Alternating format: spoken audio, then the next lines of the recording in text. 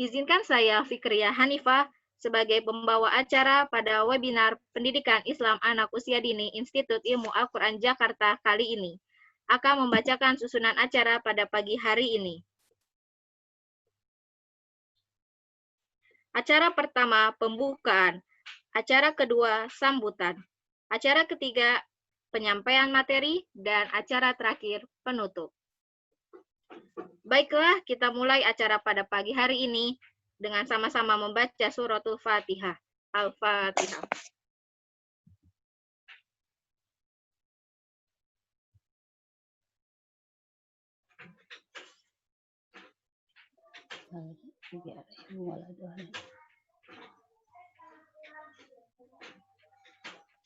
Semoga acara kita pada pagi hari ini dapat berjalan dengan lancar dan diridhoi oleh Allah Subhanahu wa Ta'ala. Amin. Acara selanjutnya, sambutan Kepala Program Studi Pendidikan Islam Anak Usia Dini Institut Ilmu Al-Quran Jakarta kepada Ibu Hasanah MPD. Kami silahkan. Baik, terima kasih Kak Ani ya. Ya Ibu, sama-sama. Bismillahirrahmanirrahim. Assalamualaikum warahmatullahi wabarakatuh. Waalaikumsalam warahmatullahi wabarakatuh. Alhamdulillah, bismillah walhamdulillah, assalatu wassalamu ala sayyidina Muhammadin wa ala alihi wa sahbihi ajmain, amma ba'd. Yang kami hormati Wakil Rektor 1 sekaligus PLH Dekan Fakultas Tarbiyah Institut Ilmu Al-Quran Jakarta, Dr. Najmatul Faizah, SHM yang Ibu hormati Dekan Fakultas Tarbiyah Institut Ilmu Al-Quran Jakarta, Ibu Dr. Esi Hairani, MPD, Ibu Reksiana MAPD selaku Kaprodi dari Pendidikan Agama Islam, dosen-dosen Institut Ilmu Al-Quran Jakarta, mahasiswa yang Ibu cintai, sekaligus seluruh peserta webinar dari Sabang sampai Merauke. Alhamdulillah hadir semua, insya Allah. Terima kasih atas dukungannya. Puji syukur, marilah kita haturkan kehadirat Allah Subhanahu wa Ta'ala yang telah memberikan kita berbagai macam nikmat, baik itu nikmat iman, nikmat Islam, nikmat sehat walafiat, sehingga kita dapat berkumpul insya Allah di acara webinar kita pada pagi hari ini. Salawat beserta salam juga marilah kita haturkan kepada junjungan kita Nabi besar Muhammad SAW. Allahumma sholli wa sallim wa barik alaihi, yang telah membawa Islam sebagai agama rahmatan lil alamin. Alhamdulillah, pada pagi hari ini akhirnya kita dapat melaksanakan yang sudah kita rencanakan sebelumnya ya Kak, yaitu webinar, yang mana webinar ini adalah webinar yang kedua dalam tajuk memperingati sebenarnya Hari Anak Nasional, gitu, dengan menguak problematika anak Indonesia. Aset, sebenarnya anak itu merupakan aset bangsa yang harus kita jaga, Kak, yang harus kita rawat, karena mereka lah, di pundak mereka lah nanti kelak di 10-20 tahun kemudian itu kesuksesan negara, kesuksesan suatu negara itu ada di pundak mereka. Oleh karenanya di ranah program studi pendidikan anak usia dini lah kalian-kalian semua yang merupakan menjadi tonggak dari kesuksesan generasi kita mendatang, gitu. Karena kalianlah yang akan mendidik, kalianlah yang akan mengembangkan bagaimana potensi-potensi yang ada pada anak usia dini. Oleh karena itu, Institut Ilmu Al-Quran Jakarta melalui program studinya Pendidikan Islam Anak Usia Dini, kami hadir untuk menjawab tantangan-tantangan problematika kehidupan anak-anak sesuai dengan visi dan misi yang ada, yaitu menjadi pusat pendidikan dan riset pendidikan anak usia dini yang berbasis nilai-nilai Al-Quran di Indonesia pada tahun 2028. Yang menjadi ciri khas kita itu adalah ke-Al-Quranan. Di Institut Ilmu Al-Quran Jakarta, teman-teman itu juga diajarkan bagaimana mengembangkan potensi anak dengan metode-metode pembelajaran yang kita kaji dan kita riset sesuai dengan nilai-nilai keal-Qur'anan yang ada di dalam kitab suci kita, yaitu Al-Quran. Seperti itu. Dan Ibu juga merasa senang hari ini juga hadir di tengah-tengah kita mahasiswa baru. Ada Aini, ada Widadul, ada Bintang. Terima kasih Kakak dan lain-lain ya yang belum Ibu lihat ini satu persatu. Terima kasih atas kehadirannya. Dan kalian memang tidak salah memilih program studi ini. Karena kalian akan berkontribusi untuk mengembangkan, untuk menjadikan generasi penerus kita nanti menjadi lebih baik dan menjadi Indonesia menjadi lebih baik nanti. Seperti itu. Oke. Nah, alhamdulillah hari ini bagian dari kontribusi Institut Ummul Quran Jakarta melalui program studi PIAUD, kita akan melaksanakan webinar, melaksanakan kajian tentang menguak problematika anak di Indonesia melalui dua pemateri kita yang luar biasa. Dua-duanya merupakan sahabat Ibu. Yang pertama Bu Alfun Husnia. Selamat pagi Bu Alfun. Beliau merupakan salah satu dosen favorit di IIKI. Selamat banyak pagi, yang Bu Ana. Assalamualaikum. Beliau banyak yang menyenangi, mahasiswa banyak yang senang sama Bu Alfun. Yang kedua itu ada Bu Hermatilda, beliau juga sahabat saya. Bu Matilda itu dosen psikologi dan perkembangan anak usia dini, beliau juga sangat mumpuni di bidangnya. Membahas tentang anak itu merupakan penelitian beliau. Insya Allah beliau dalam waktu dekat ini kita doakanlah segera menyelesaikan doktornya. Selamat pagi Bu Matilda. Ibu, kedengaran suara saya? Iya, kedengaran alhamdulillah. Terima kasih Bu atas waktunya, atas kontribusinya untuk hari ini. Kami dari PIAUD itu mengucapkan hormat yang luar biasa atas ilmu yang akan Ibu berikan. Terima kasih banyak. Ya, sama-sama Bu Ana. Untuk panitia juga ingin Ibu ucapkan, kami dari jajaran PIAUD juga mengucapkan terima kasih banyak atas terselenggaranya webinar ini. Alhamdulillah insya Allah akan memberikan banyak manfaat kepada kita semua. Dan kepada peserta webinar dan mahasiswi PIAUD, dimanapun kalian berada yang Ibu cintai, selamat menimba ilmu pada pagi hari ini. Semoga ilmu ini dapat kalian terapkan dan bermanfaat juga bagi kalian, keluarga, maupun lingkungan yang ada di sekitar kita nantinya. Baik, mohon maaf juga dari kami apabila nanti di tengah webinar ada koneksi atau ada ucapan yang salah misalnya. Jadi kami mohon dibukakan pintu maaf yang selebar-lebarnya. Terima kasih juga kepada seluruh peserta yang hadir. Subhanallah ini luar biasa. Perkenalkan memang kami prodi prodi baru di IIKI baru 3 tahun lah istilahnya. Ini ada anak-anak saya. 3 tahun perlu banyak bimbingan Bapak Ibu sekalian dari PPS PIAUD Indonesia. Salam kenal semua. Terima kasih atas kehadirannya. Dari IKMA PC juga, saya lihat juga mahasiswa yang tergabung dalam IKMA PC. Terima kasih juga atas kehadirannya. Selamat menyaksikan, selamat menimba ilmu dari webinar ini. Saya ucapkan sekali lagi dengan Bismillahirrahmanirrahim kita buka webinar kali ini. Semoga lancar ya Kak. Terima kasih, itu saja. Billahi taufiq wal hidayah. Wassalamualaikum warahmatullahi wabarakatuh. Waalaikumsalam warahmatullahi wabarakatuh. Terima kasih kepada Ibu Hasanah MPD atas sambutannya. Acara selanjutnya yaitu acara inti penyampaian materi yang akan dipimpin dan dimoderatori oleh Saudari Faikoh Ulinuha. Kepada Saudari Faikoh, kami silakan. Assalamualaikum warahmatullahi wabarakatuh. Waalaikumsalam warahmatullahi wabarakatuh. Terima kasih kepada MC yang telah mempersilahkan saya untuk mendampingi pemateri selama webinar ini berlangsung. Langsung saja, acara selanjutnya adalah acara inti yang paling kita tunggu-tunggu, yaitu penyampaian materi sekaligus diskusi yang nantinya juga akan ada sesi tanya jawab setelah kedua pemateri menyampaikan materinya.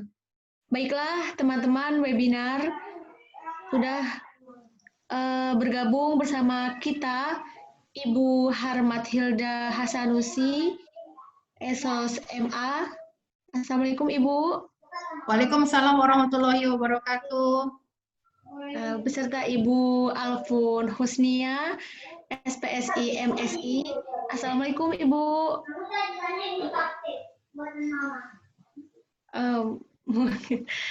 Selanjutnya langsung saja. Sebelum pemateri akan menyampaikan materinya, saya akan menyampaikan beberapa ketentuan pada webinar hari ini. Yang pertama, webinar ini akan ada 2 pemateri, yang masing-masing pemateri berlangsung selama 30 menit. Kemudian yang kedua, pada webinar ini juga akan ada topik, yaitu pada sesi pertama dengan topik mengenal eksploitasi anak. Kemudian pada sesi kedua dengan topik problematika anak usia dini pada masa pandemi COVID-19. Baik, langsung saja kepada pemateri yang pertama, yaitu Ibu Harmat Hilda Hasanusi, Esos MA.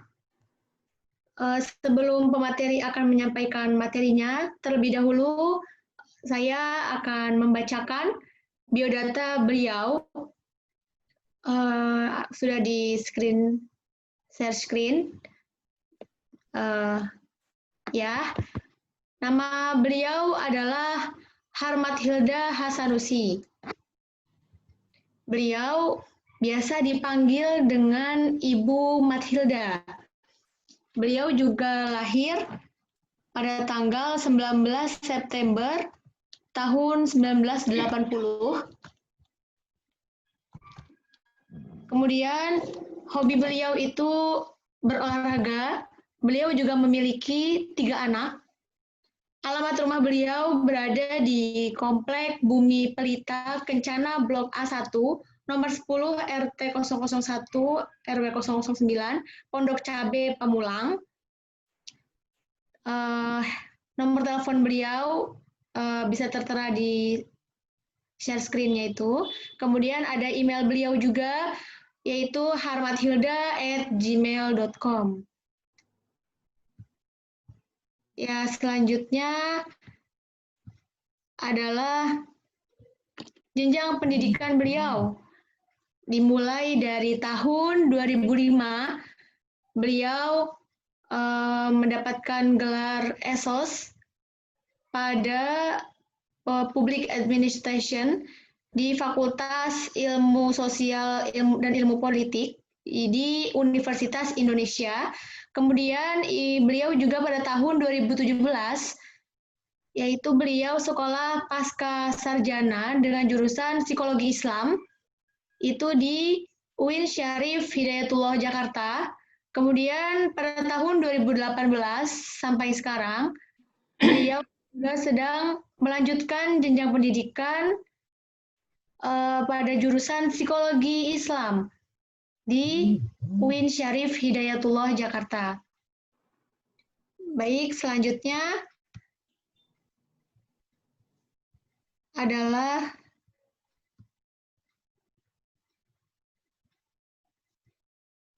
penghargaan beliau. Ada penghargaan beliau, yaitu beliau pernah mendapatkan penghargaan atas usaha dan dukungan beliau kepada grup manajemen service. Kemudian yang kedua, penghargaan beliau itu ada beliau memberikan bantuan sumber daya manusia dan dukungan kepada Group of Management Service Facilities Management Department. Kemudian selanjutnya adalah karya beliau, yaitu sebuah buku. Beliau pernah menulis sebuah buku. Mungkin banyak sekali ya karya-karya beliau ini, hebat sekali. Salah satunya akan saya bacakan, yaitu pada tahun 2020, yaitu dengan judul Buku Sari Metodologi Penelitian yang dipublikasikan oleh Cakrawala Budaya Jakarta tadi ya. Kemudian selanjutnya adalah pengalaman pekerjaan beliau ya. Selanjutnya pengalaman pekerjaan beliau.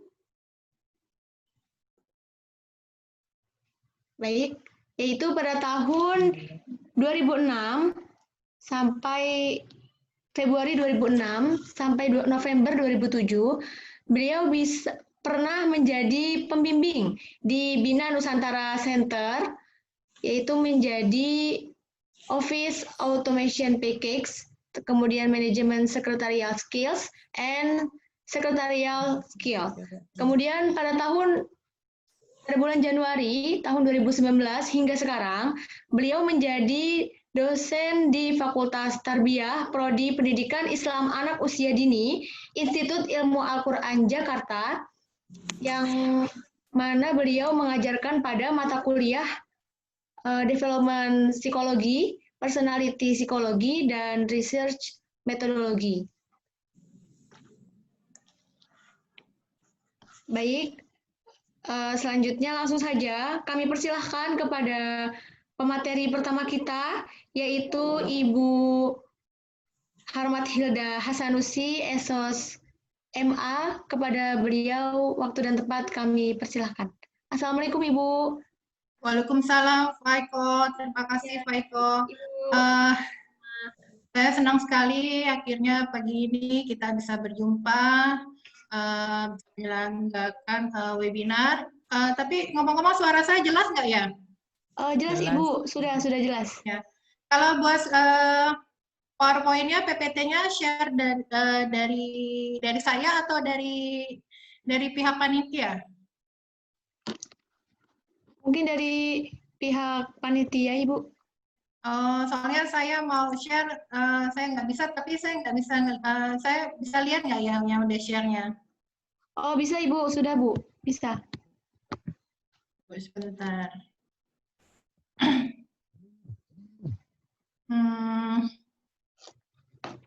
Bisa juga saya buka juga dari sini ya, nggak apa-apa di share, tapi saya ngelihat dari mana, dari laptop saya aja yang PowerPoint-nya. Jadi mungkin nanti panitia bisa menyesuaikan saya sedang berbicaranya di slide nomor berapa, di nomor berapa. Sebab saya nggak bisa lihat, dari saya nggak bisa lihat panitia men-share-nya di halaman berapa dari PPT-nya.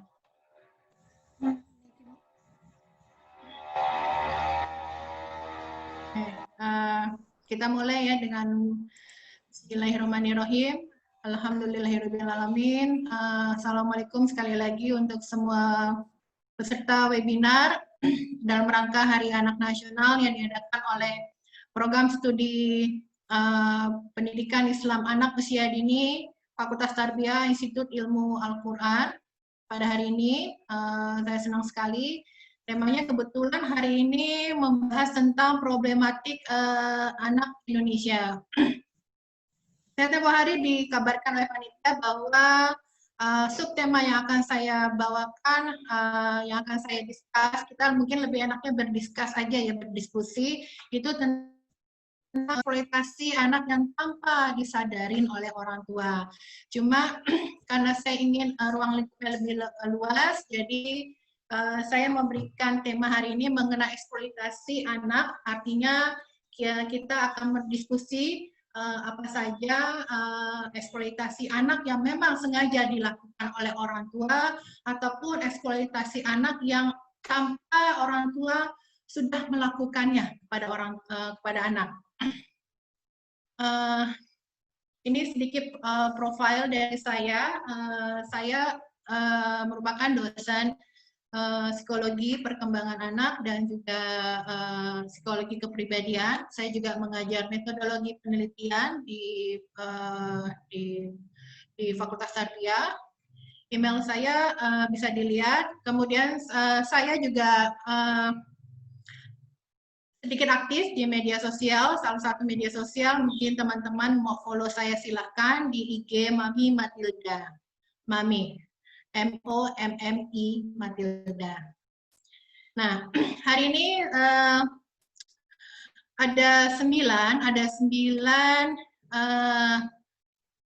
bagian yang akan saya share ke peserta. Pertama itu dari definisi eksploitasi sendiri yang akan saya jelaskan, konsep anak, kemudian definisi eksploitasi anak itu yang bagaimana, jenis eksploitasi anak, kemudian dampak eksploitasi itu sendiri terhadap anak, kemudian faktor-faktor yang menyebabkan terjadinya eksploitasi anak dan eksploitasi anak lain yang tidak disadarin oleh orang tua. Selanjutnya saya akan menjelaskan apa saja hak-hak anak yang ini mungkin kadang-kadang sama orang tua tidak disadari, tidak mengetahui, ataupun anak sebenarnya tidak sadar kalau dia sendiri juga memiliki haknya selain pada kewajiban dia sebagai anak. Nah, kemudian terakhir saya akan menjelaskan sedikit kiat atau tindakan apa saja dari orang tua agar dirinya itu tidak terjebak dalam eksploitasi anak. Maaf, moderator, suara saya cukup jelas dan kencang untuk didengar? Sangat jelas, Ibu.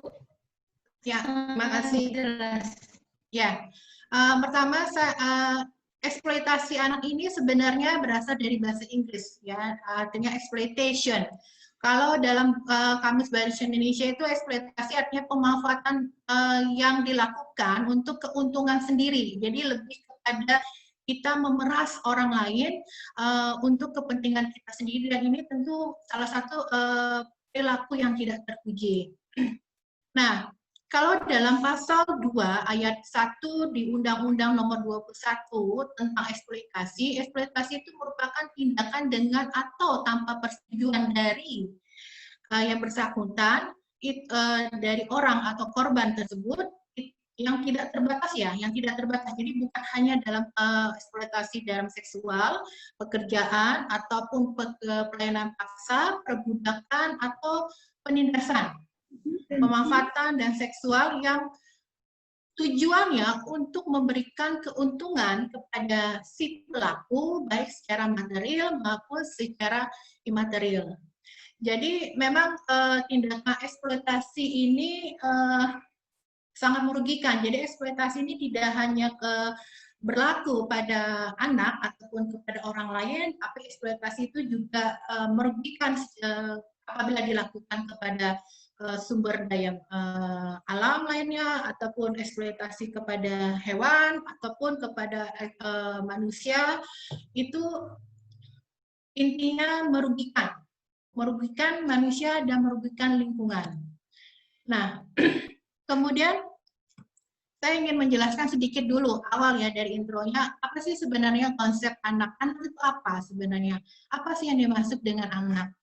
Nah, kalau dalam Undang-Undang Nomor 4 Tahun 1979 tentang kesejahteraan anak, anak itu merupakan seseorang yang dia berusia di bawah 20 tahun, 21 tahun, dan belum menikah. Artinya kalau misalnya dia di usia 19 tahun, tapi dia sudah menikah, maka dia tidak disebut lagi sebagai anak, tapi disebut sebagai seorang yang sudah menikah dan dia tidak dalam kategori anak. Nah, kemudian dalam Undang-Undang Nomor 23 juga disebutkan, ini tentang perlindungan anak. Anak adalah seseorang yang belum berusia 18 tahun dan yang termasuk yang masih di dalam kandungan. Jadi yang sudah dalam kandungan pun itu sudah disebut anak. Kalau kita melihat lagi tentang persyaratan untuk masuk BPJS, BPJS itu include terhadap anak yang masih dalam kandungan. Jadi usia 7 bulan itu dia sudah bisa diikutsertakan dalam BPJS. Ya, ini mengacu kepada Undang-Undang Nomor 23 Tahun 2002 bahwa anak yang dalam kandungan pun janin yang dalam kandungan pun itu sudah disebut dengan anak. Nah, satu lagi, kemudian dalam pasal 66 ayat 3 Undang-Undang Nomor 23 Tahun 2002 tentang perlindungan anak, eksploitasi anak itu yaitu di mana orang tua itu membiarkan, melakukan, atau menyuruh eksploitasi secara ekonomi ataupun secara seksual terhadap anak. Nah, ini saya juga mengutip sedikit, UNICEF juga mendefinisikan anak sebagai penduduk yang berusia 0 sampai dengan 18 tahun. Jadi kalau saya bisa ngambil clue dari yang sudah saya paparkan sebelumnya, jadi anak itu merupakan keturunan atau generasi yang merupakan hasil hubungan seksual intercourse antara si laki-laki ataupun dalam laki-laki dengan perempuan dalam ikatan pernikahan ataupun di luar pernikahan. Nah, ini gambar hanya diilustrasi saja. Jadi eksistensi anak itu memang dia sebagai pengembang misi agama dan misi negara. Maka untuk itulah anak sisinya perlu dilindungi oleh negara, perlu dilindungi juga oleh keluarganya, karena dia merupakan aset untuk negara ataupun aset untuk keluarganya di kemudian hari. Nah, kenapa kemudian banyak dilakukan eksploitasi anak? Nah, ini kita akan menjelaskan dulu, saya akan menjelaskan. Eksploitasi anak itu apa? Jadi eksploitasi anak, kalau menurut Kanundeng, saya mengutip dari pernyataannya, bahwa eksploitasi anak itu merupakan memanfaatkan anak. Kita memanfaatkan anak secara tidak etis demi keuntungan orang tua ataupun keuntungan orang lain.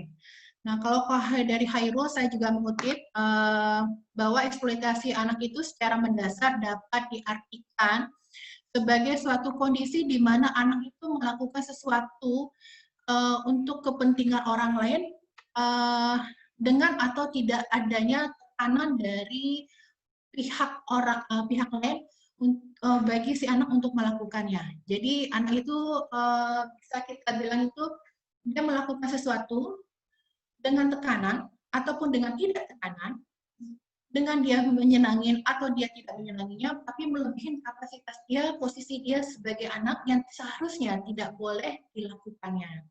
Nah, tentu saja eksploitasi anak ini dapat berdampak. Dia banyak sekali dampaknya. Pertama, anak bisa mengalami gangguan fisik.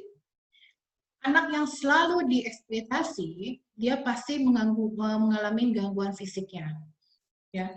Yang kedua, yang paling bahaya, kalau fisik itu mungkin kita bisa merecovery. Jadi dia bisa, anak ini kalau ada gangguan fisik, bisa di-recovery dengan berjalannya waktu, dia bisa sembuh. Tapi yang paling agak fatal sendiri dari eksploitasi anak ini adalah gangguan psikologis. Karena gangguan psikologis itu butuh waktu yang sangat lama, apalagi bila anak ini kemudian mengalami trauma dalam hidupnya, dia mengalami masa lalu ataupun masa kecil yang tidak bahagia karena eksploitasi yang dilakukan oleh dirinya, oleh orang tua ataupun orang lain dewasa.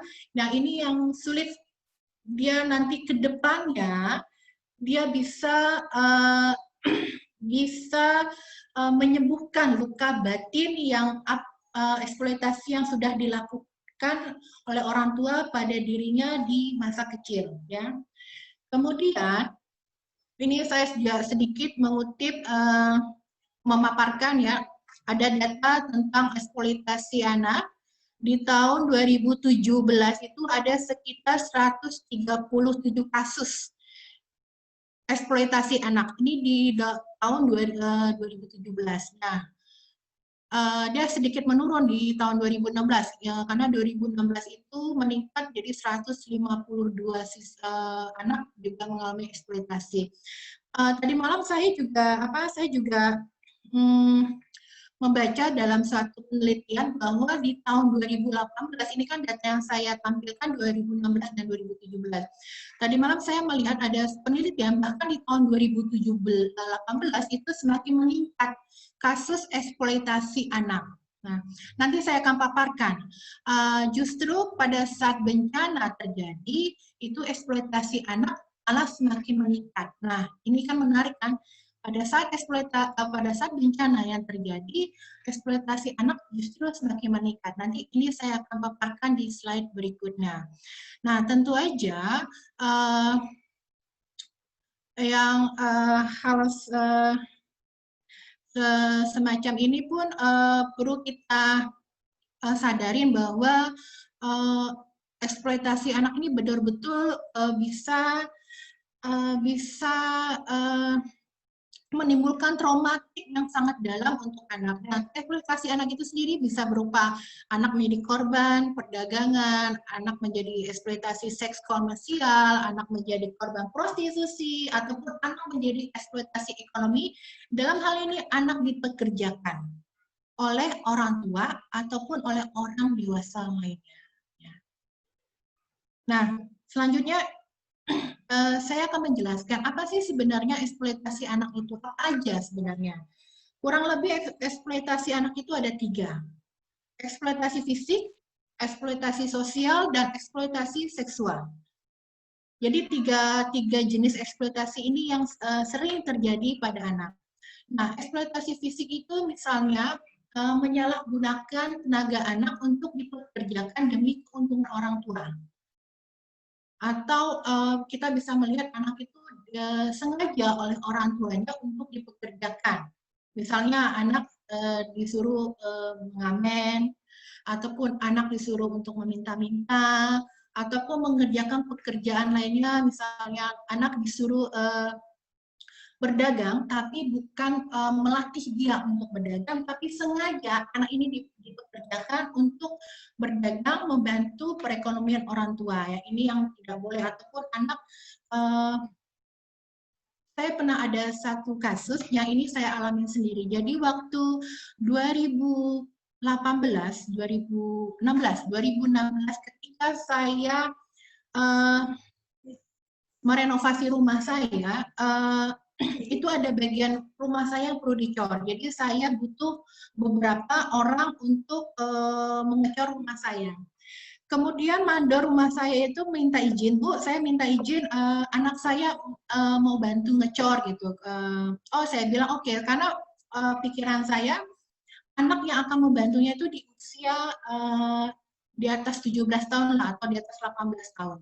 Saya bilang oke, boleh silakan kalau memang anaknya ingin bantu untuk ngecor.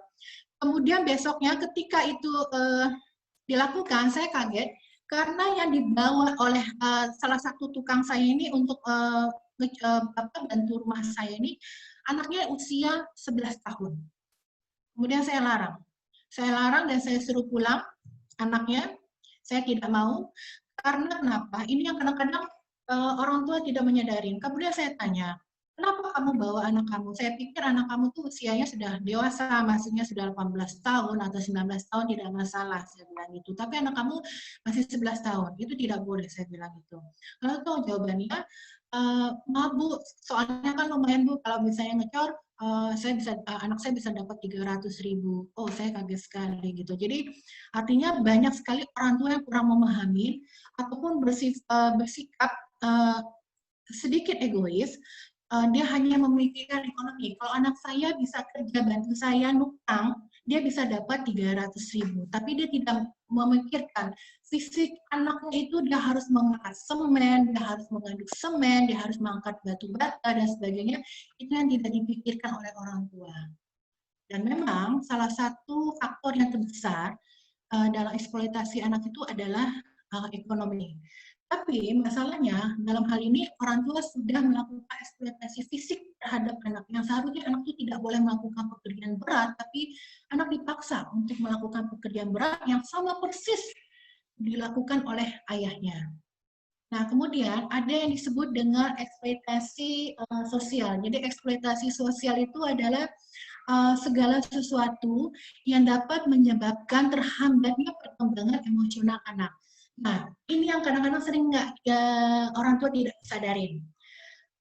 Eksploitasi sosial itu sering sebenarnya secara tidak sadar kita temuin, bahkan mungkin kita pernah mengalaminya. Pertama, orang tua mengeluarkan kata-kata ancaman. Misalnya, contoh, ini kasus yang benar-benar saya temuin. Itulah akibatnya kalau tidak nurut sama mama. Makanya kamu jalan hidupnya nggak pernah lancar. Jalan hidup kamu selalu susah. Ini yang kadang-kadang orang tua suka mengatakan seperti ini. Saya harap di sini tidak pernah ya, tapi ini pernah saya temuin. Saya pernah temuin ada seseorang ibu yang mengeluarkan kata-kata seperti itu. Saya mendengarnya, astagfirullahaladzim. Saya katakan, jangan ngomong seperti itu. Tidak boleh kita mengucapkan sesuatu yang seakan-akan kita mau menyumpahin, apalagi ibu.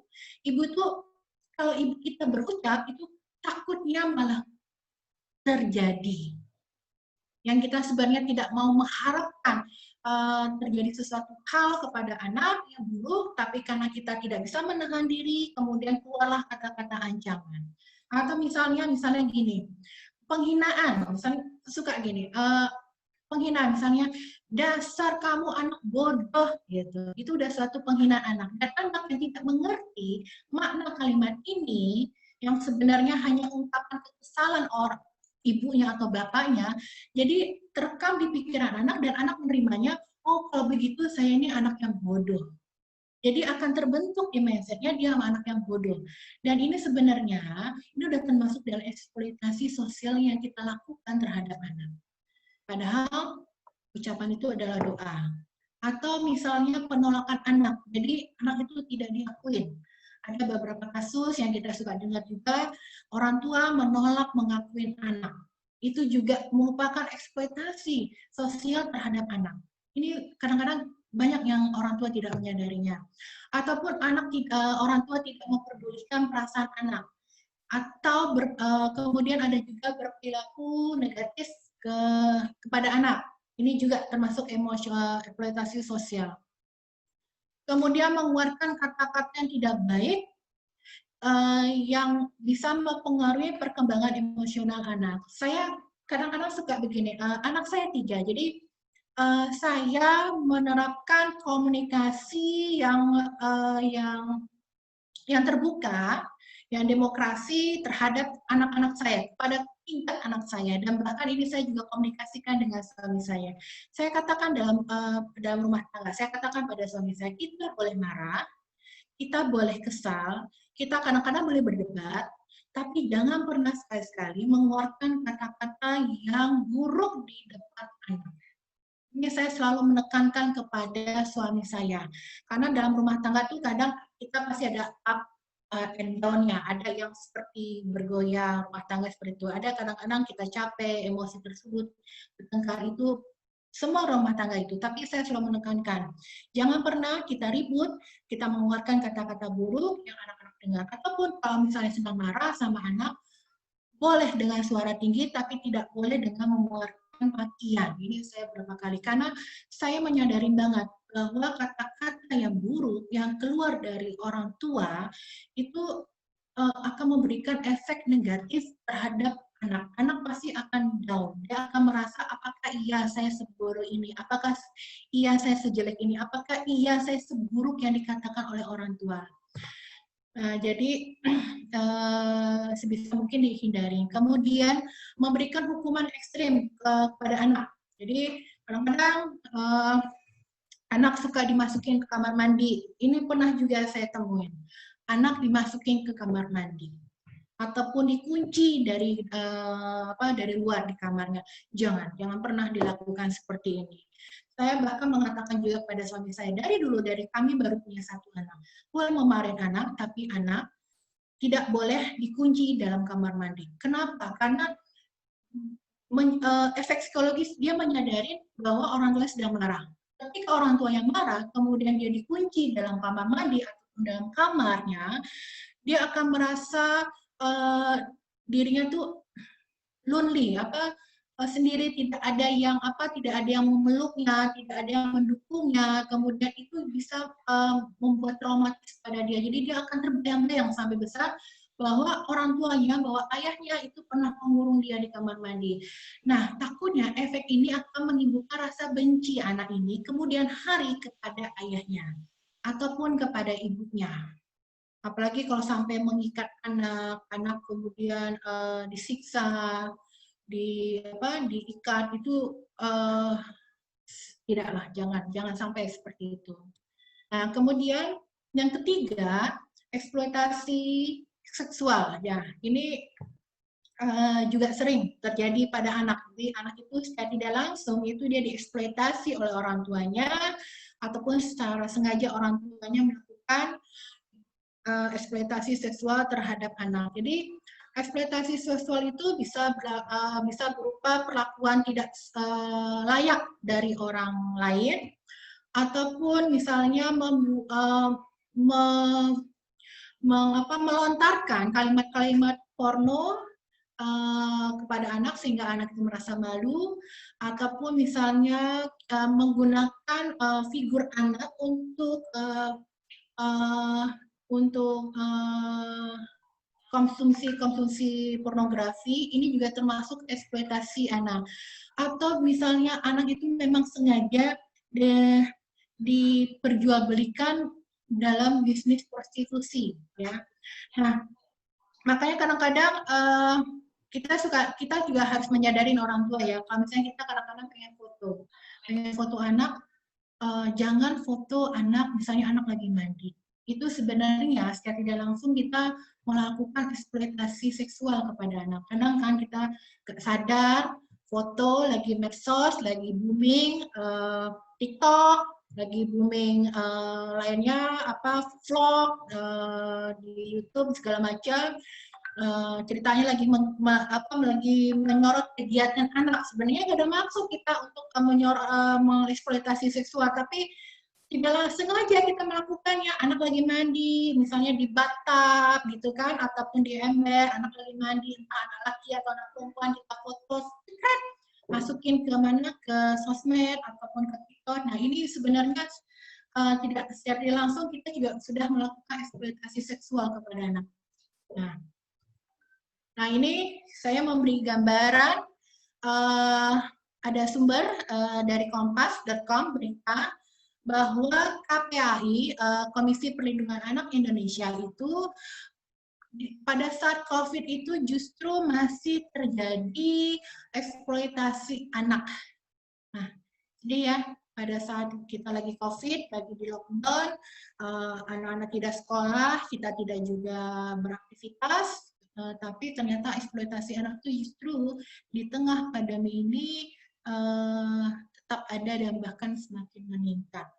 Itu ada sekitar 1.717 kasus dari awal bulan September lalu sampai dengan berita ini diturunkan, itu ada bulan Juni ya, itu ada 1.700 kasus eksploitasi anak pada saat COVID-19. Nah, kemudian KPAI sendiri juga ada mengungkapkan sebenarnya ada 3 modus ya, 3 modus yang menyebabkan yang suka dilakukan eksploitasi anak. Pertama itu sebenarnya ada modus anak ini direkrutnya sama siapa? Oleh teman-temannya sendiri yang memang terbujuk oleh oleh komplotan penjual anak dijual. Jadi perekrutan anak-anak jalanan yang dilakukan oleh temannya sendiri untuk dijual kepada warga negara asing. Ya, ini bahaya banget ya, ini lumayan jahat ini sebenarnya. Kemudian eksploitasi juga modusnya. Yang kedua itu lewat media sosial. Jadi media sosial itu dia sangat rentan untuk digunakan dalam media sosial itu rentan orang dewasa ataupun anak sendiri itu dia terjerat dalam eksploitasi seksual. Jadi maaf ya, Ibu Matilda, mohon maaf, waktunya sudah kurang 5 menit lagi ya Ibu. Oke, iya, singkat. Nanti saya singkat lagi ya. Iya Bu. Oke.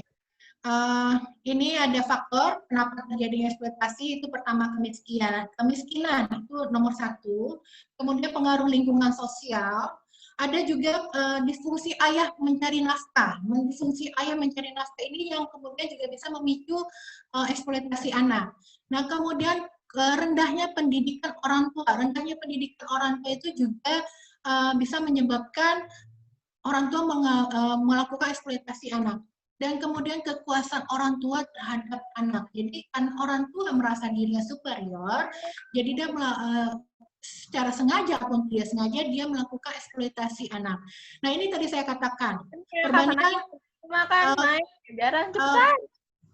korban bencana alam dengan eksploitasi anak itu justru kenapa dia semakin meningkat? Kenapa? Karena ketika korban bencana alam terjadi adanya kecenderungan anak untuk menikahkan dini anaknya. Jadi pernikahan dini itu juga salah satu termasuk eksploitasi anak yang tidak disadari oleh orang tua. Dan kemudian kadang-kadang anak diberikan les, banyak sekali les.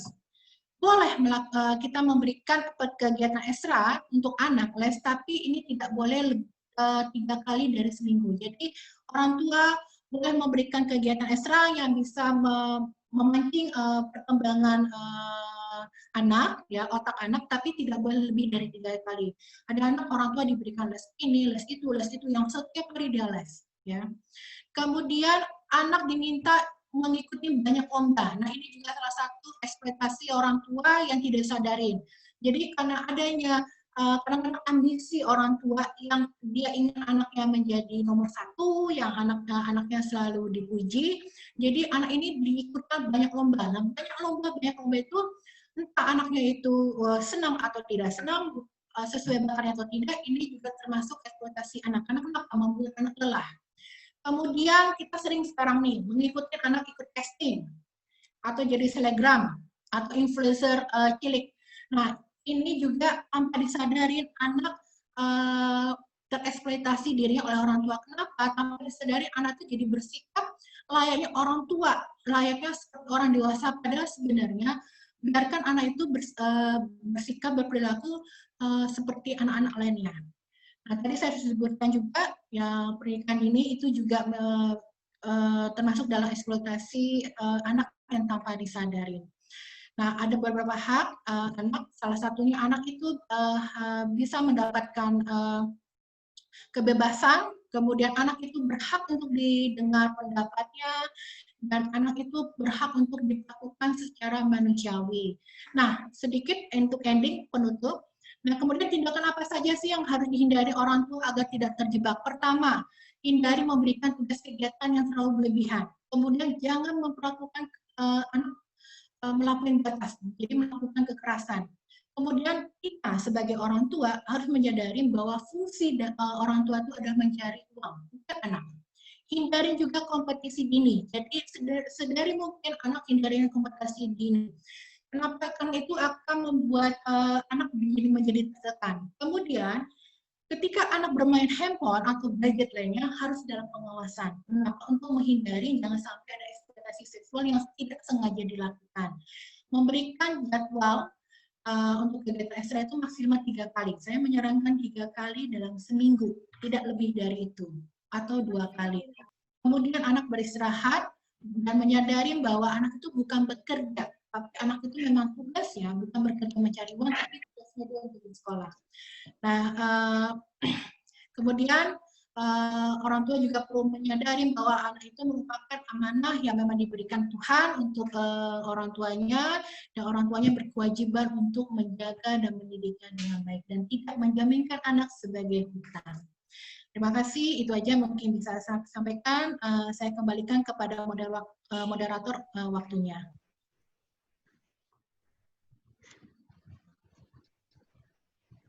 Ya, baik. Terima kasih Ibu kepada Ibu Harmat Hilda Sanusi, SOS MA, yang telah menyampaikan materinya yang sangat bermanfaat sekali untuk kita. Selanjutnya akan dilanjutkan oleh pemateri yang kedua, yaitu Ibu Alfun Husnia, SPSI MSI. Sebelumnya saya akan membacakan biodata beliau terlebih dahulu.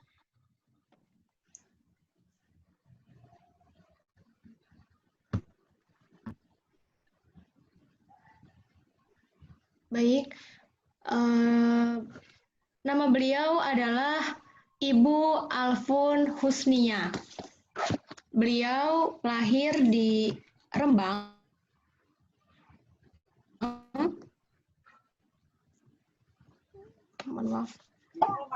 Beliau lahir di Rembang pada tanggal 17 April. Kemudian alamat beliau berada di Jalan Semanggi 2, nomor 7, RT 03, RW 03, Cempaka Putih,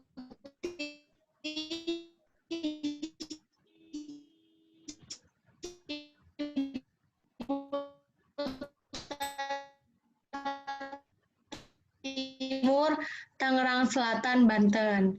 Kemudian nomor selanjutnya jenjang pendidikan beliau, yaitu pada tahun 1998 hingga tahun 2001 beliau mohon maaf salah pada tahun 1989 sampai 1995 beliau bersekolah Madrasah Ibtidaiyah di Riyadotut Tolabah, Sedan, Rembang, Jawa Tengah. Kemudian pada tahun 1995 hingga 1998 beliau sekolah Madrasah Sanawiyah di Riyadotut Tolabah juga, Sedan, Rembang, Jawa Tengah. Kemudian pada tahun 1998 hingga 2001 beliau bersekolah di SMUN 1 Lasem, Rembang, Jawa Tengah. Kemudian pada tahun 2001 sampai 2006, beliau melanjutkan jenjang pendidikan pada Fakultas Psikologi UIN Syarif Hidayatullah Jakarta. Kemudian 2014 hingga 2016, beliau melanjutkan jenjang pendidikan pasca sarjana di Fakultas Psikologi UIN Syarif Hidayatullah Jakarta.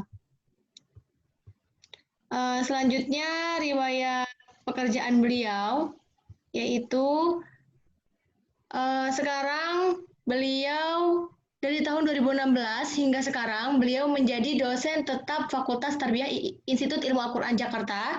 Kemudian pada tahun 2015 hingga 2018 beliau menjadi tim peneliti YB Kemenkumham RI. Kemudian pada tahun 2007 sampai sekarang beliau juga menjadi pembimbing di Lembaga Pendidikan Latansa Institut Jakarta. Kemudian pada tahun 2010 sampai sekarang beliau juga membina Majelis Baiti Jannati Jakarta.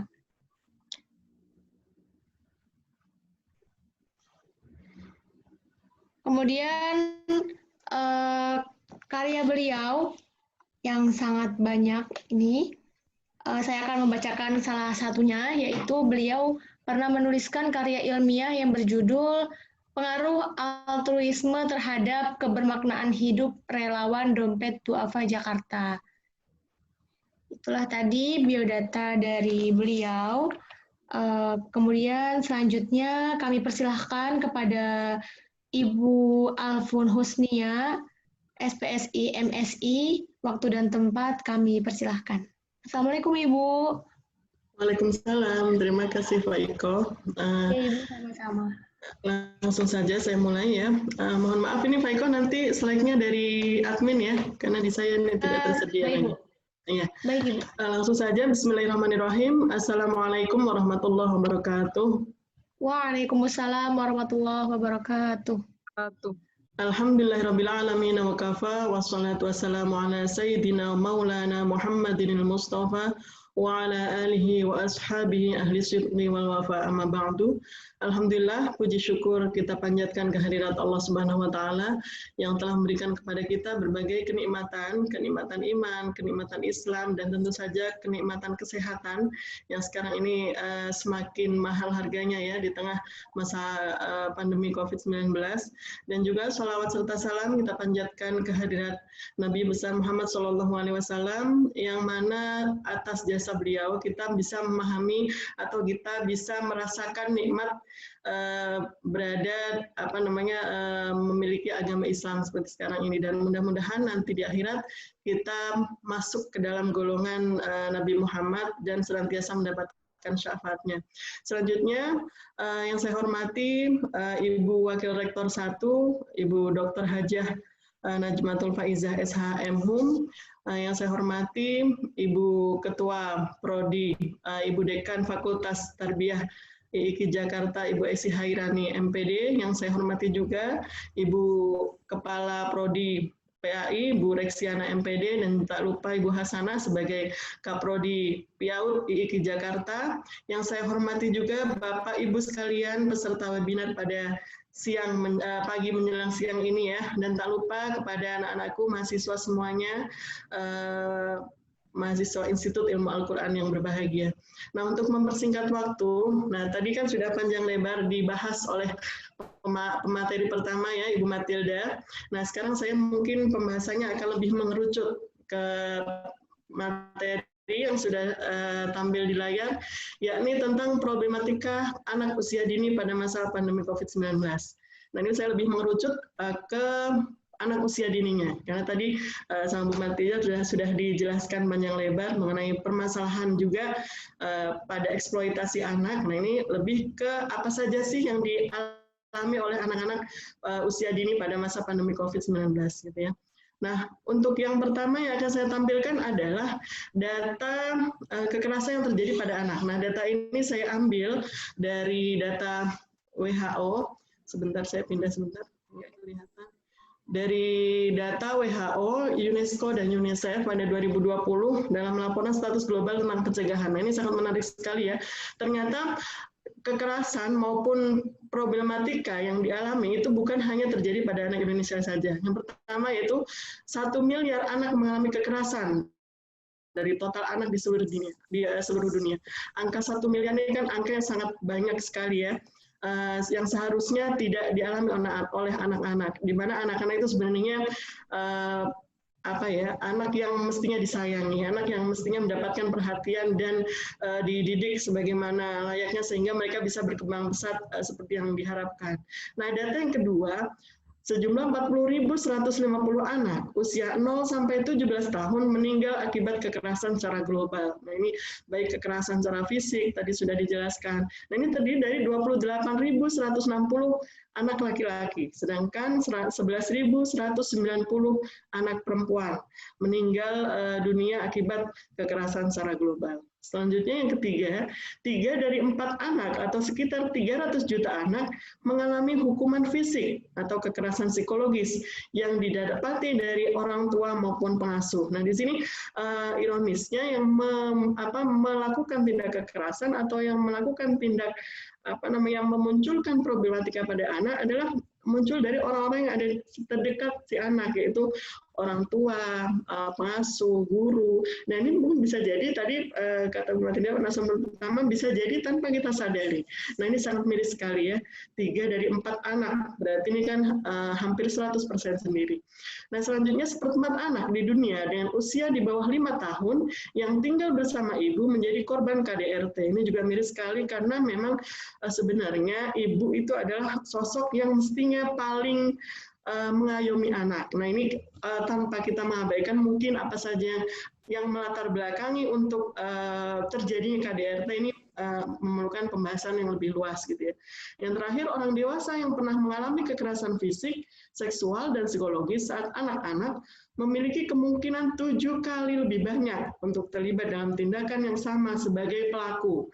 Nah, ini menurut kajian penelitian bahwa anak-anak yang pada masa kecilnya mengalami kekerasan atau dia menjadi korban dari kekerasan itu nanti akan memiliki peluang 7 kali lebih banyak gitu ya untuk dia menjadi pelaku, bukan lagi sebagai korban tetapi sebagai pelaku untuk melakukan kekerasan.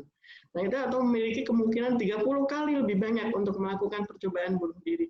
Nah, ini tentunya sebelumnya juga anak-anak itu setelah mengalami kekerasan, ada depresi yang jika tidak tertangani dengan baik akan terjadi percobaan bunuh diri itu sendiri.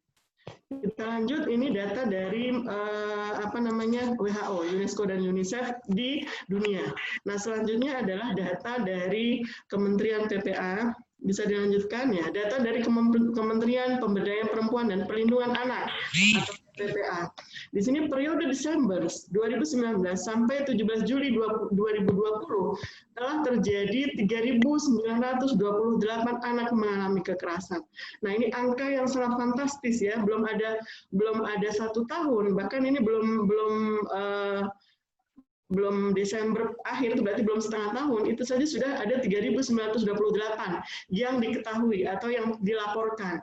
Nah, kita tidak bisa membayangkan berapa besar angka yang tidak terlapor, dan ini biasanya prosentasenya itu lebih banyak yang tidak diketahui daripada yang banyak diketahui. Dengan berbagai macam pertimbangan, orang tua maupun orang sekitarnya tidak melaporkannya. Gitu. Nah, selanjutnya, dari data-data ini nanti akan memberikan gambaran kepada kita bahwa sebenarnya faktor apa sih yang memicu munculnya masalah pada anak gitu ya. Nah ini ada berapa faktor, ada 5 faktor. Yang pertama, ketidaksiapan orang tua mendidik dan menjadi teladan bagi anaknya. Padahal kita tahu sendiri bahwa rumah, bahkan orang tua itu adalah madrasah awal atau lembaga pendidikan yang paling awal yang layaknya diterima oleh anak. Orang tua hendaknya memberikan teladan yang baik kepada anak, gitu ya. Nah, ini juga pada masa COVID-19 ini juga semakin memicu atau stresornya semakin tinggi.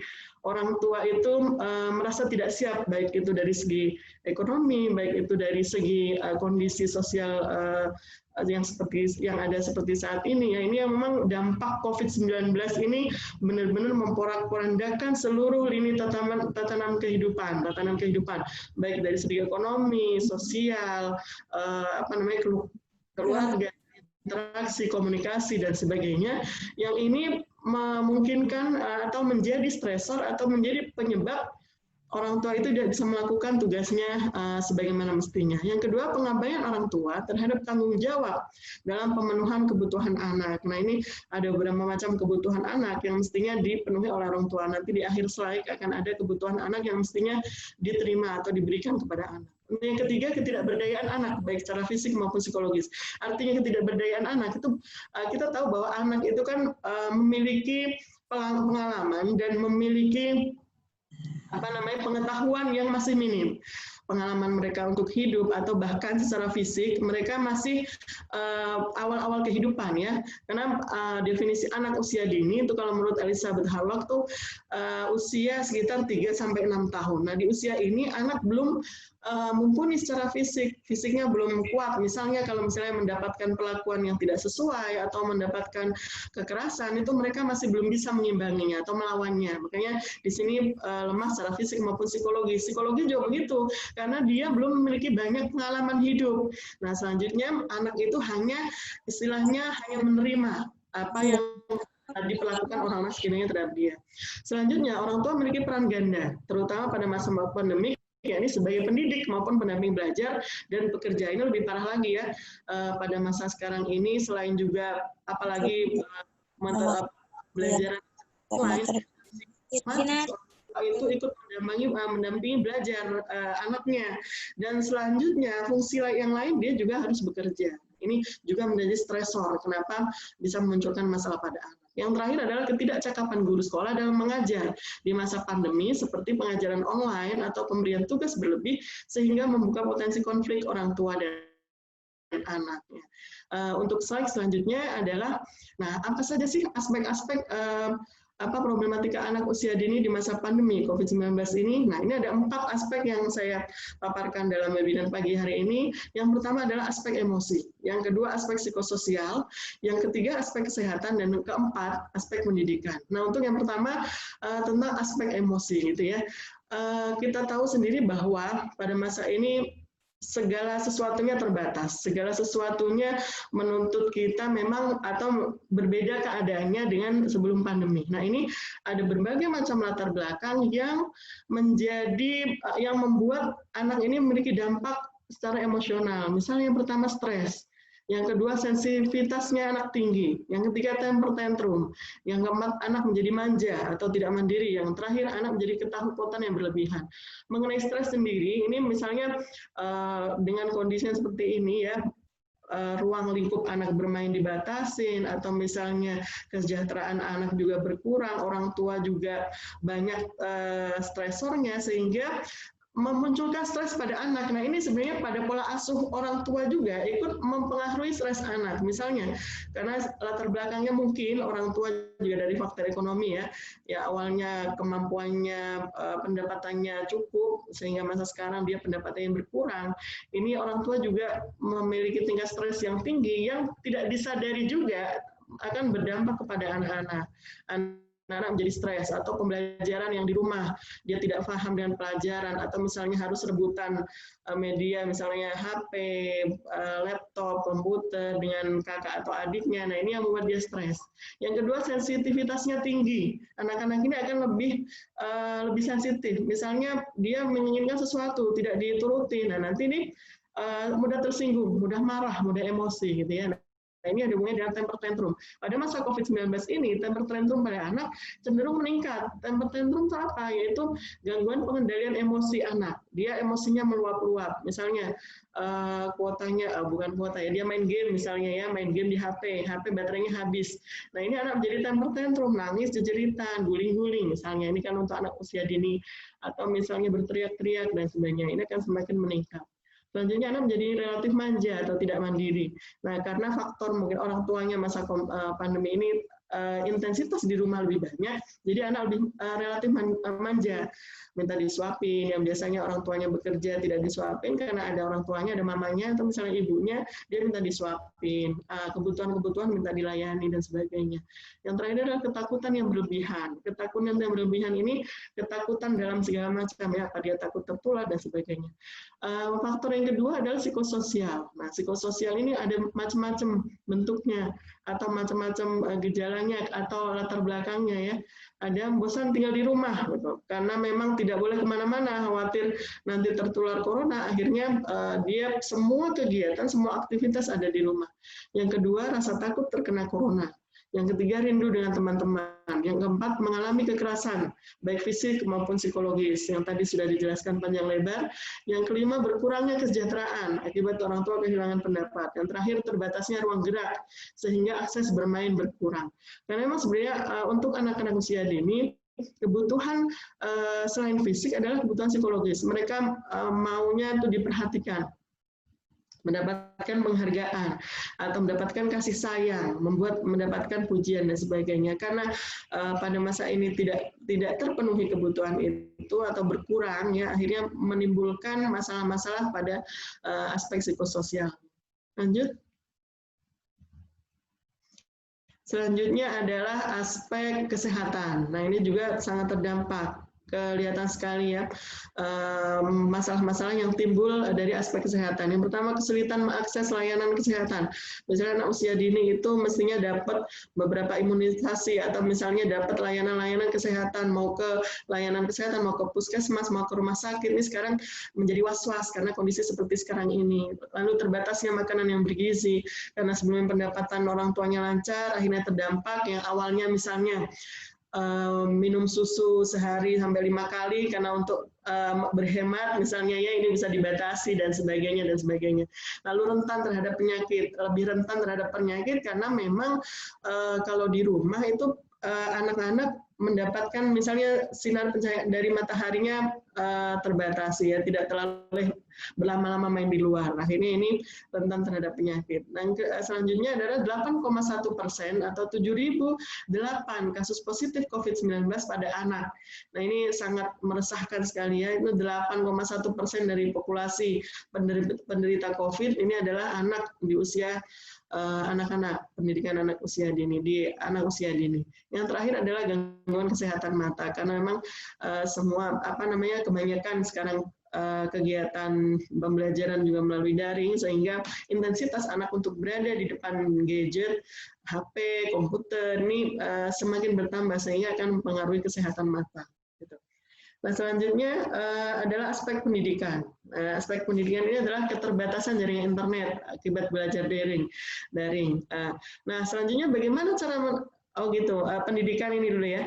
Pendidikan, anak tidak bisa mengatur waktu belajar, kesulitan memahami pelajaran, khawatir ketinggalan pelajaran, karena memang keterbatasan akses. Misalnya yang biasanya kalau belajar melalui tatap muka dengan guru, anak leluasa untuk bertanya, guru leluasa untuk menjelaskan, sehingga anak relatif lebih memahami materi yang telah diajarkan. Tapi kalau pada masa daring ini kan kuota internet juga berpengaruh, terus jaringan internet juga berpengaruh. Ini akhirnya belajar itu anak-anak tidak bisa leluasa, khawatir gitu ya. Jadi khawatir ketinggalan pelajaran, tidak bisa paham, tidak bisa memahami instruksi guru, dan nanti mungkin karena faktor ekonomi bisa jadi putus sekolah gitu. Nah, ketergantungan terhadap gadget sehingga memilih bermain game daripada belajar.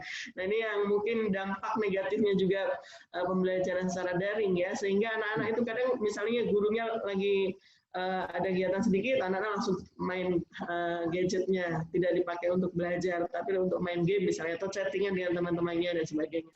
Yang terakhir adalah kebingungan siswa terhadap sistem belajar online, terutama siswa baru. Misalnya, anak-anak usia dini, kalau dari peralihan dari TK mau masuk SD, mereka apalagi kalau misalnya yang memiliki kakak atau memiliki saudara yang lebih tua ya, mereka berpikiran bahwa masuk pendidikan formal SD atau M ini sesuatu hal yang menyenangkan, sesuatu hal yang benar-benar amazing gitu ya. Pagi-pagi berangkat pakai seragam baru, buku baru, tas baru dan sebagainya. Tetapi ketika mereka ada di kondisi ini, mereka tidak mengalami hal itu. Nah, ini dia mungkin akan berpengaruh terhadap interest dia atau ketertarikan untuk belajar gitu. Nah, situasi kondisi yang seperti ini memang tidak bisa dihindari gitu ya. Selanjutnya, bagaimana cara menanganinya? Yaitu pertama, menjaga kesehatan jasmani dan rohani. Nah, ini udah pasti ya, menjaga kesehatan jasmani sesuai dengan protokol kesehatan. Bagaimana dengan jarak aman, selalu memakai masker, selalu sedia cairan pembersih dan sebagainya, jaga distancing, social distancing dan sebagainya. Yang kedua, berdamai dengan keadaan, karena memang selain faktor fisik, faktor psikologis itu yang paling terdampak dengan keadaan yang seperti ini. Yang ini bisa dikatakan bahwa hal ini yang memunculkan berbagai macam permasalahan-permasalahan yang ada. Adanya perasaan tidak terima, adanya perasaan yang marah terhadap kondisi sekarang ini, terhadap kebijakan-kebijakan dan sebagainya, yang jika tidak disadari atau tidak mendapatkan penanganan yang tepat akan membawa gangguan-gangguan psikologis yang lain. Dia akhirnya menjadi stres, menjadi depresi, selanjutnya berpengaruh terhadap kebahagiaan dalam menjalani kehidupannya. Selanjutnya adaptasi yang tepat. Adaptasi yang tepat ini karena memang new normal gitu ya. Sebenarnya bukannya seperti sebelum COVID, tetapi memang dipaksa untuk normal. Dipaksanya seperti apa ya, dengan keterbatasan dan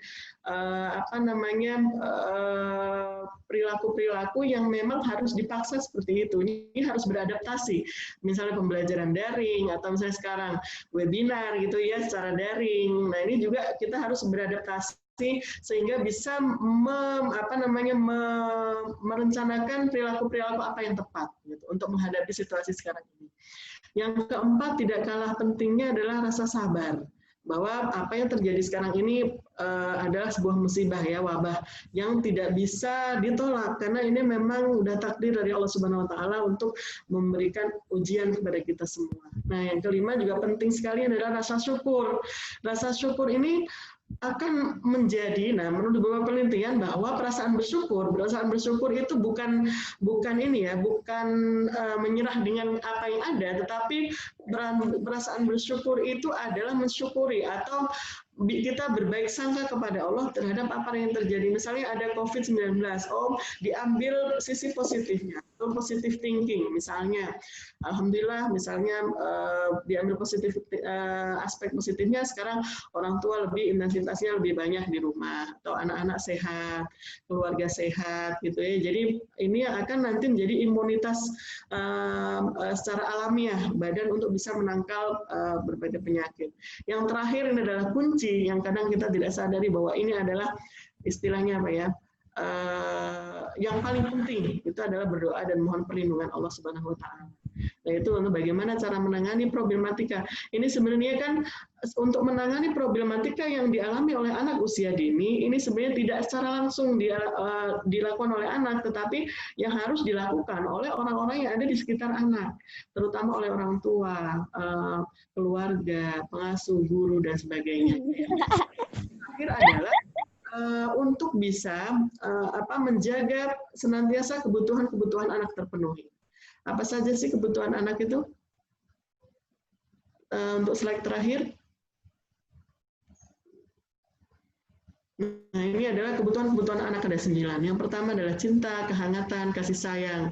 Ya, ini pastinya sangat berpengaruh bukan hanya untuk pertumbuhan, tetapi untuk perkembangan anak. Ini perkembangan psikologisnya ya. Jadi anaknya itu bisa tumbuh dengan sehat. Anak yang sehat itu, ciri-ciri anak yang sehat itu biasanya anak yang ceria, anak yang aktif, anak yang mudah tersenyum, anak yang mudah maafkan dan sebagainya, karena dia mendapatkan limpah cinta dan kasih sayang dari orang sekitarnya. Kalau ini tidak didapatkan, akan berpengaruh pada pembentukan kepribadian dia setelah dewasa. Dia menjadi anak yang tidak humble atau tidak ramah. Ini karena dampak dari kebutuhan dasar dia waktu kecil tidak terpenuhi, gitu ya. Selanjutnya penghargaan dan pengertian. Ini juga sangat dibutuhkan oleh anak-anak.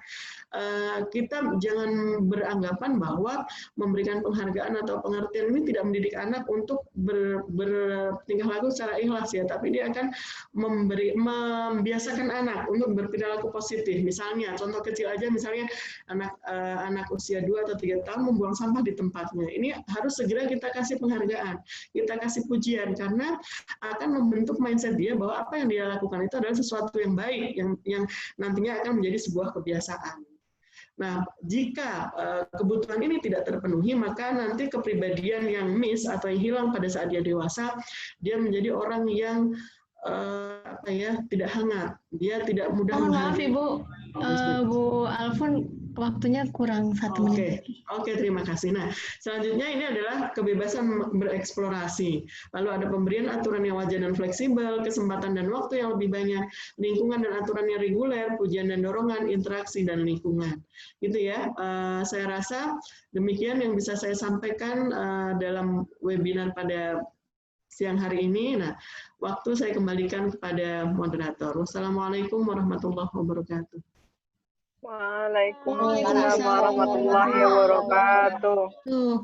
Terima kasih kepada Ibu Alfun Husnia, SPSI MSI, yang telah menyampaikan materinya yang sangat-sangat bermanfaat untuk keadaan saat ini di masa pandemi ini. Acara selanjutnya yaitu sesi tanya-jawab kepada para peserta webinar yang ingin bertanya. Bisa langsung dengan raise hand pada icon Zoom atau juga bisa dengan melalui chat Zoom. Dimohon kepada para peserta webinar sebelum mengajukan pertanyaan untuk memperkenalkan identitasnya terlebih dahulu. Silakan kepada para peserta. Sebelumnya mohon maaf, ini ada yang sudah masuk pertanyaannya. Kepada pemateri yang pertama, Ibu Harmat Hilda Hasanusi, yaitu yang pertama dari Yeni Kusmiati.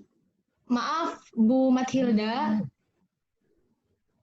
tadi Ibu mengatakan bahwa anak harus dibatasi dalam bermain gawai atau HP. Tetapi di masa pandemi ini, anak secara tidak langsung setiap hari harus memegang HP setiap saat karena materi yang diberikan ada yang beberapa dari YouTube dan dengan aplikasi online, sehingga kami tidak bisa membatasi anak dengan HP, yaitu juga salah satunya yang membuat kami menjadi dilema. Bagaimana menurut Ibu solusinya? Kepada Ibu Harmat Hilda, bisa langsung dijawab apa mau ditampung dulu Ibu? Boleh saya langsung jawab, tadi saya sudah baca juga soalnya pertanyaannya. Terima kasih kepada Ibu atau Mbak Yeni nih, Ibu atau Mbak Yeni Kusmiati. Solusi yang diberikan kepada anak untuk bermain gadget ya. Saya sendiri juga punya anak remaja, jadi anak saya yang besar itu juga udah SMP, dan saya juga menyadari bahwa akibat COVID seperti ini, belajar di rumah, jadinya mau tidak mau, suka atau tidak suka, saya juga harus memberikan gadget, handphone, dan laptop kepada anak saya. Nah, ada beberapa sebenarnya solusi kita sebagai orang tua untuk mengontrol anak dalam menggunakan gadgetnya. Pertama itu batasin dulu kepada anak. Jadi anak tuh harus kita batasin. Nah, kenapa? Karena kadang anak itu menjadi kandu, itu sebenarnya kuncinya itu ada di orang tuanya sendiri, ada di ibunya juga. Karena kenapa? Ibu tuh sebenarnya waktunya lebih banyak dibanding ayah yang memang dia rutinitas harus bekerja dari pagi sampai malam dia baru pulang. Batasin dulu. Jadi saya sama anak saya batasin. Anak saya tahu jadwal. Pertama kita sebagai orang tua harus tahu dulu jadwal anak untuk belajar. Online itu kapan. Jadi saya tahu anak saya belajar dengan. Dia mulai belajar itu dari 6:30 dia absen, kemudian dia preparing, dia harus mandi makan, 7:30 dia mulai belajar online sampai dengan pukul 12. Jadi saya tahu dia dari pukul 8 sampai pukul 12 dia belajar pakai online, ya, pakai handphone, pakai laptopnya. Nah, kemudian kita batasin, oke, kamu boleh pakai laptop, pakai handphone, sampai pukul 12, matikan semuanya, kamu tidur, kamu istirahat, kamu makan. Jadi kita sebagai orang tua yang membatasin. Nah, boleh saya mengizinkan dia untuk misalnya dia bermain game online ataupun untuk bermain medsosnya saya izinkan, tapi saya berikan waktu. Kamu boleh main handphone lagi nanti setelah makan malam. Jam 7 sampai jam 8 kamu boleh buka handphone. Jadi orang tua yang harus proaktif untuk membatasi anak pakai handphone. Itu yang pertama. Yang kemudian beri jadwal, yang tadi saya katakan, anak itu diberikan jadwal. Ya.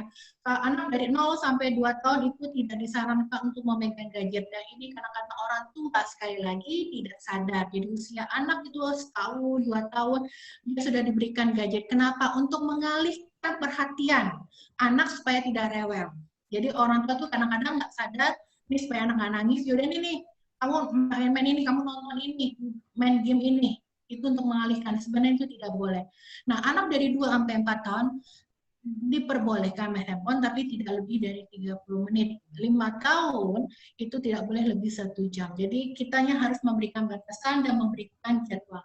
Kemudian diberikan akses.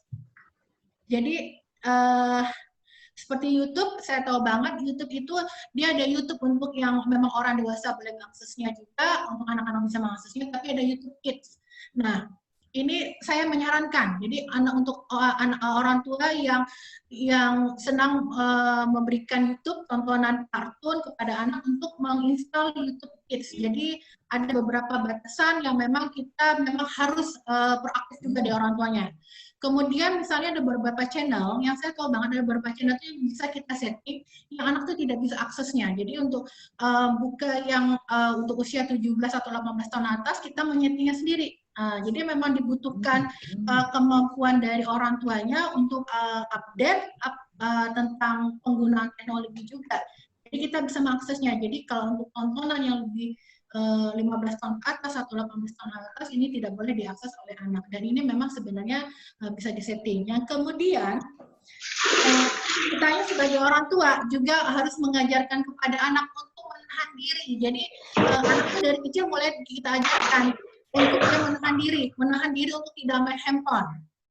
Jadi misalnya kita beri pengertian, main handphone kalau terus menerus itu sebenarnya nggak bagus loh. Main handphone itu bisa merusak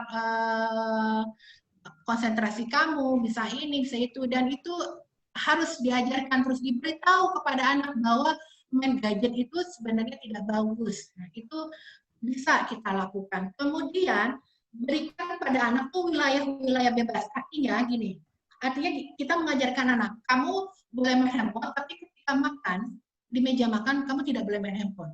Jadi orang tua membuatkan rule seperti itu. Saya juga menerapkan di rumah. Makan tidak ada seorang pun megang handphone. Saya juga mengatakan gitu. Bahkan di meja makan kita tidak boleh main handphone. Ataupun ini waktu kita nonton tidak ada seorang pun megang handphone. Jadi diberikan juga wilayah-wilayah kepada anak, diperkenalkan kepada anak wilayah mana saja yang anak ini tidak boleh memegang gadget. Dan kemudian tentu saja anak itu, sekali lagi saya suka katakan kepada mahasiswa saya, anak itu merupakan imitasi dari orang tua. Jadi apa yang dilakukan orang tua itu pasti dilakukan. Nah, ini juga harus menerapkan pada diri kita sendiri. Kalau kita tidak ingin anak menjadi kecanduan handphone, ibu dan bapaknya di rumah juga jangan selalu megang handphone. Karena kalau anak melihat ibunya megang handphone all the time, ayahnya juga pulang kerja langsung megang handphone, anak tidak diajak ngobrol, weekend tidak pergi kemana-mana, ataupun dia tidak diajak diskusi, main handphone aja, anak mau tidak mau meniru orang tuanya. Jadi sometimes kadang-kadang kita ingin sesuatu yang baik kepada anak, tapi feedbacknya harus dikembalikan dulu ke apakah kita juga sebagai orang tua sudah menerapkan batasan, memberikan aturan, dan menerapkan diri kita untuk tidak main handphone juga. Itu yang mungkin bisa saya sampaikan. Terima kasih. Saya kembalikan kepada moderator. Terima kasih banyak. Terima kasih banyak Ibu atas jawabannya. Selanjutnya ada pertanyaan kepada Ibu Alfun Husnia sebagai pemateri kedua. Dari Eka Murwati. Bagaimana Ibu menyesuaikan pembelajaran di masa pandemi ini dengan tujuan agar anak tetap tercapai sementara untuk bertatap muka langsung dengan anak. Sementara stimulasi dari guru itu tidak ada. Apa pembelajaran yang terpatok dengan tema bisa efisien, mengingat untuk menyamakan dengan kondisi saat ini, seperti ini yang sangat sulit bagi anak. Di rumah, sarpras tidak ada, dengan anak yang lain pas jam yang sama untuk pelajaran. Oke, Ibu Alfun. Oh ya, terima kasih atas waktunya kepada Ibu Eka. Kalau berbicara mengenai efektivitas ya, apalagi untuk anak usia dini, sebenarnya untuk anak usia dini tidak efektivitasnya untuk belajar daring ini belum tidak bisa maksimal. Karena apa? Karena anak itu membutuhkan pembelajaran yang secara langsung, ada sentuhan, ada praktek yang bisa dilihat secara langsung dan sebagainya. Nah ini untuk efektifnya memang kurang efektif untuk anak usia dini.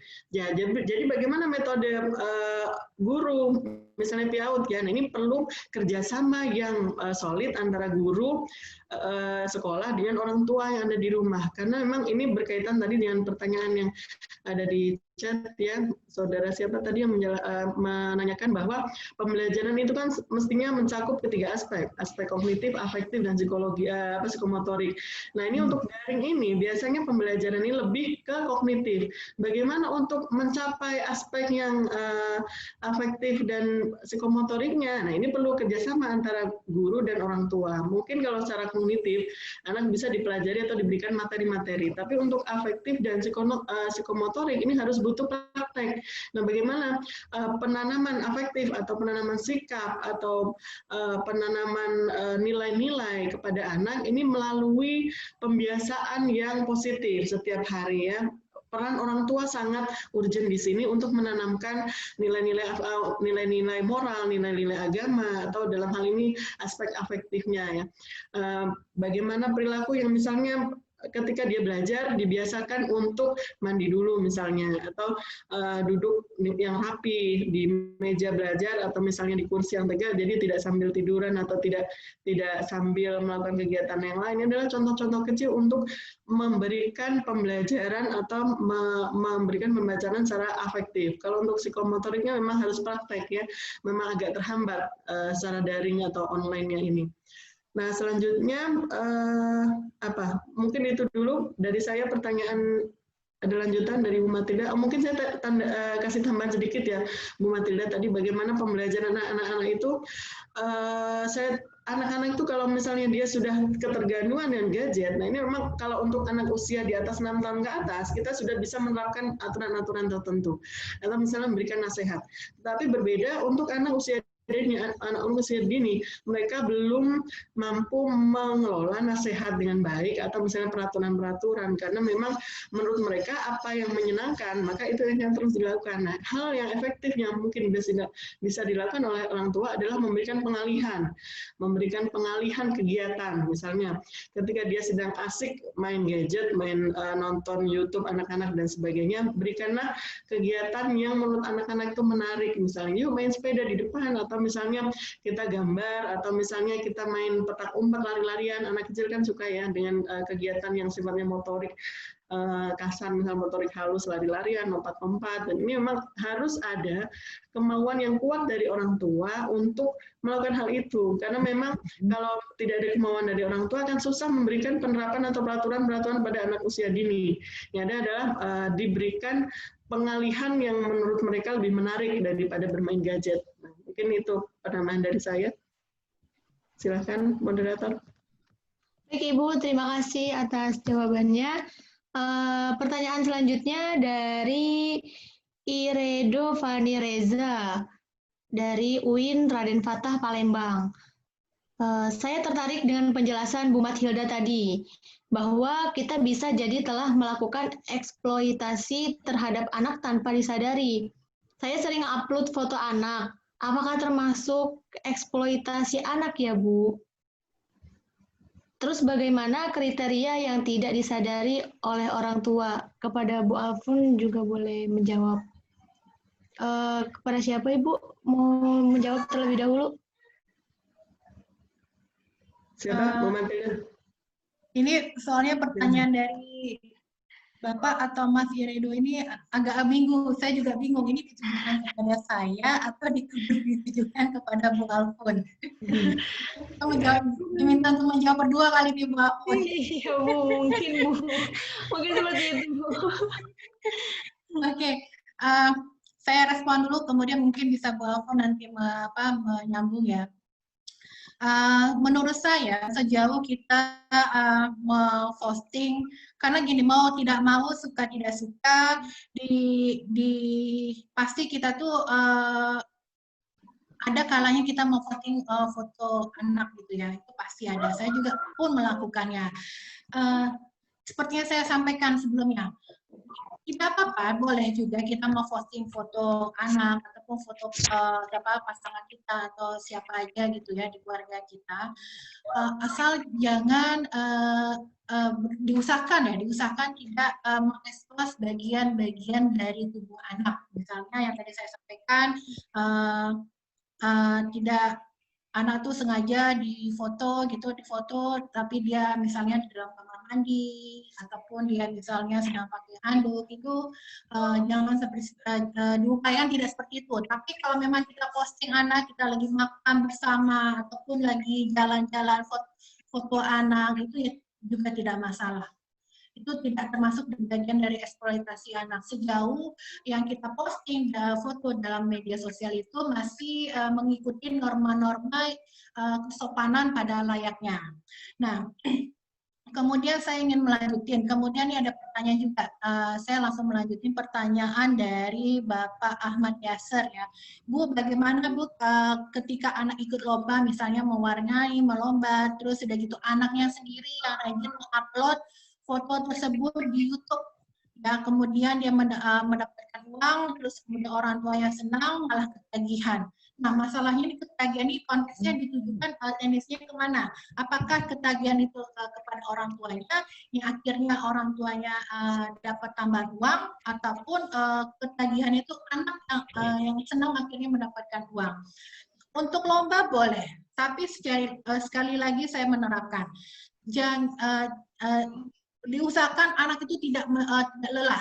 Dia tidak melupakan kewajiban dia sebagai anak yang memang harus belajar, harus menuntut ilmu. Tugas anak yang utama itu. Anak boleh melakukan kegiatan, misalnya orang tua kita ikut lomba balita, ikut misalnya anak ini ikut lomba debat, baca puisi, debat segala macam ataupun lomba lain, tapi dengan catatan tidak membuat anak lelah, tidak membuat anak sangat kelelahan, ataupun membuat anaknya lupa tugasnya dia sebagai anak yang memang dia harus menuntut ilmu. Yang itu yang ukuran orang tua tetap harus aktif, diingatkan kepada anak, dan orang tua juga harus menyadarkan untuk dirinya sendiri bahwa tugas anak saya itu adalah untuk belajar. Selebih daripada itu adalah selingan. Jadi jangan sampai selingan ini kemudian mengganggu proses pembelajaran dia, proses belajar mengajar belajar dia di rumah, sampai dia nilainya kurang ataupun dia jalan sakit. dan hal-hal negatif lainnya. Ini yang jangan sampai terjadi. Kalau ini sampai terjadi, ditakutkan nanti malah beralih kepada eksploitasi anak. Kemudian mungkin bisa disambung oleh Bu Afun pertanyaan dari Pak Iredo. Karena Pak Iredo pertanyaannya bingung nih, ini saya atau Bu Afun.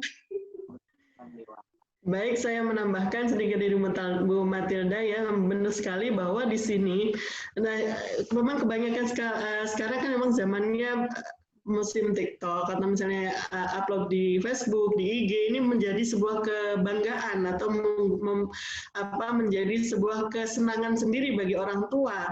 Seandainya misalnya anaknya ini aktif ikut perlombaan-perlombaan. Nah, ini yang perlu digarisbawahi juga bahwa hal ini juga bagus sebatas anak itu menikmati ya. Maksudnya menikmati itu gini, dia merasa semakin termotivasi untuk meningkatkan bakat yang dimiliki. Misalnya di sini contohnya dia suka ikut lomba mewarnai, suka ikut lomba melukis dan sebagainya.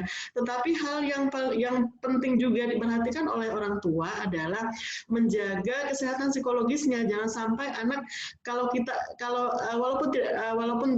tidak diakui ya, maksudnya diakui atau tidak gitu. Kalau seseorang mengikuti perlombaan atau kompetisi itu kan pengennya menjadi juara gitu ya, menjadi pemenangnya atau yang terbaik gitu.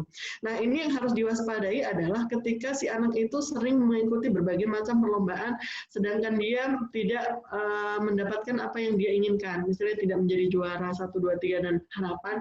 Nah, ini akan menjadi nanti anak mengalami kelelahan secara psikologis. Akhirnya nanti ini juga dampak buruk yang muncul adalah dia menjadi, kok saya sering ikut lomba, tapi saya nggak pernah dapat juara, terus saya kok tidak mendapatkan apa yang saya inginkan. Ini apa yang terjadi? Apakah memang saya tidak berbakat atau misalnya saya orang yang kurang hebat atau dan sebagainya. Nah, dampak psikologis ini yang perlu diantisipasi oleh orang tua yang kadang tidak disadari. Saking semangatnya ikut lomba. Nah, bagaimana caranya adalah lebih memilih-milih. Misalnya ketika dia memang memiliki bakat di bidang itu, silahkan dimotivasi, silahkan didukung dengan sekuat tenaga. Nah, nanti seandainya belum mencapai apa yang diinginkan, diberi pemahaman kepada anak. Atau misalnya dialihkan, nggak apa-apa hari ini belum juara, mungkin besok atau lain kali kita tingkatkan lagi, belajar lagi, latihan lagi. Nah, jadi itu ya yang perlu diperhatikan. Memang mengikuti perlombaan-perlombaan itu sangat menyenangkan, tetapi jangan lupa dampak negatifnya juga ada.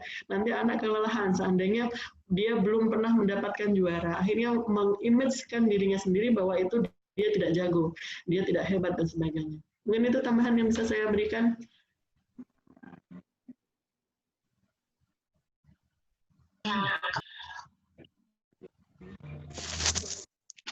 Ya, baik, kepada Ibu Matilda dan Ibu Alfun, terima kasih banyak atas jawabannya.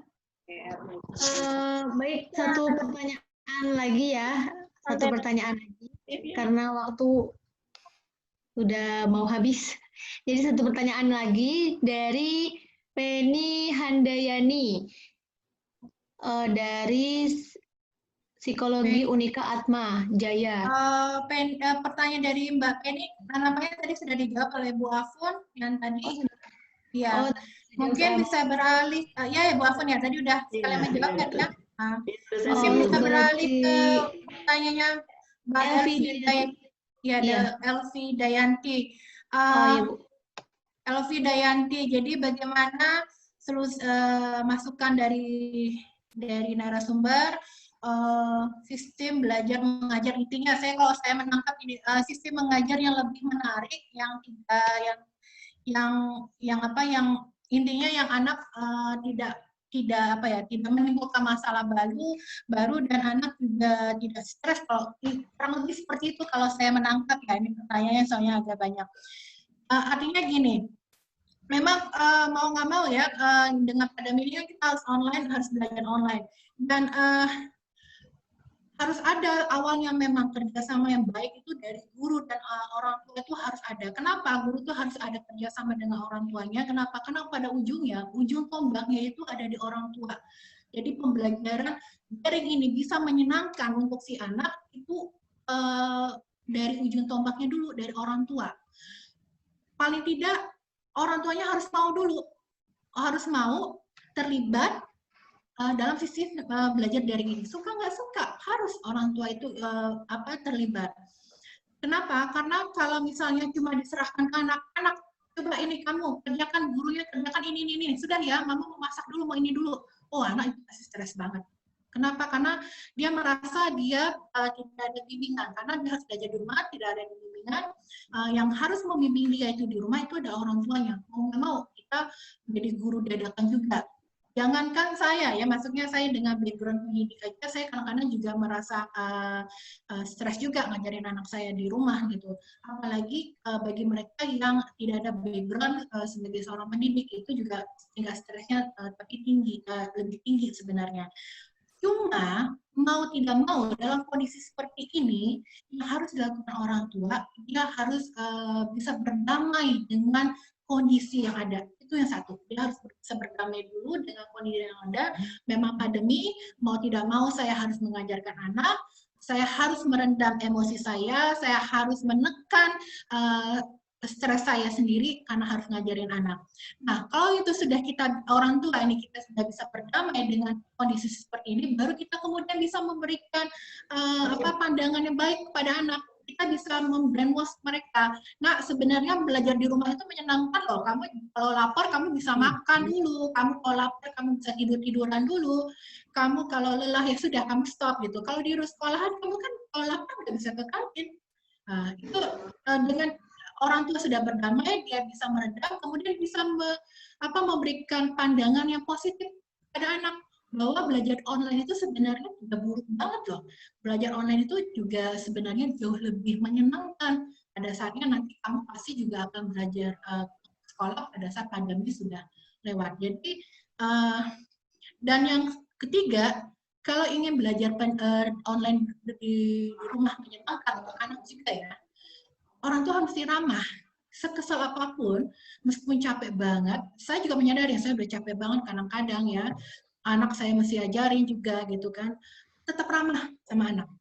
Apalagi khususnya untuk anak-anak PAUD ya. Jadi kalau ngajarin anak PAUD, saya punya anak juga yang masih kecil, mau masuk TK, harus menyenangkan. Jadi, ayo Dek, hari ini kita belajar apa? Oh, belajar menggunting seperti ini loh caranya. Jadi kita sebagai orang tua juga mesti ramah. Jadi belajar untuk menghindari kata-kata yang menyakitin anak, yang akhirnya anak pun menjadi malas dan bosan belajar di rumah. Itu mungkin yang saya bisa kasih solusi. Kemudian ada pertanyaan satu lagi dari Mbak Windy Ajeng. Ibu, bagaimana untuk mengatasi trauma anak yang mendapat perlakuan kasar dari orang tuanya? Apakah ini termasuk eksploitasi fisik? Yang tadi saya sempat singgung di awal. Jadi, perkataan kasar itu sebenarnya lebih kepada eksploitasi sosial. Jadi, psikisnya yang memang tersakitin. Nah, kita sebagai anak, kita tidak bisa memilih orang tua.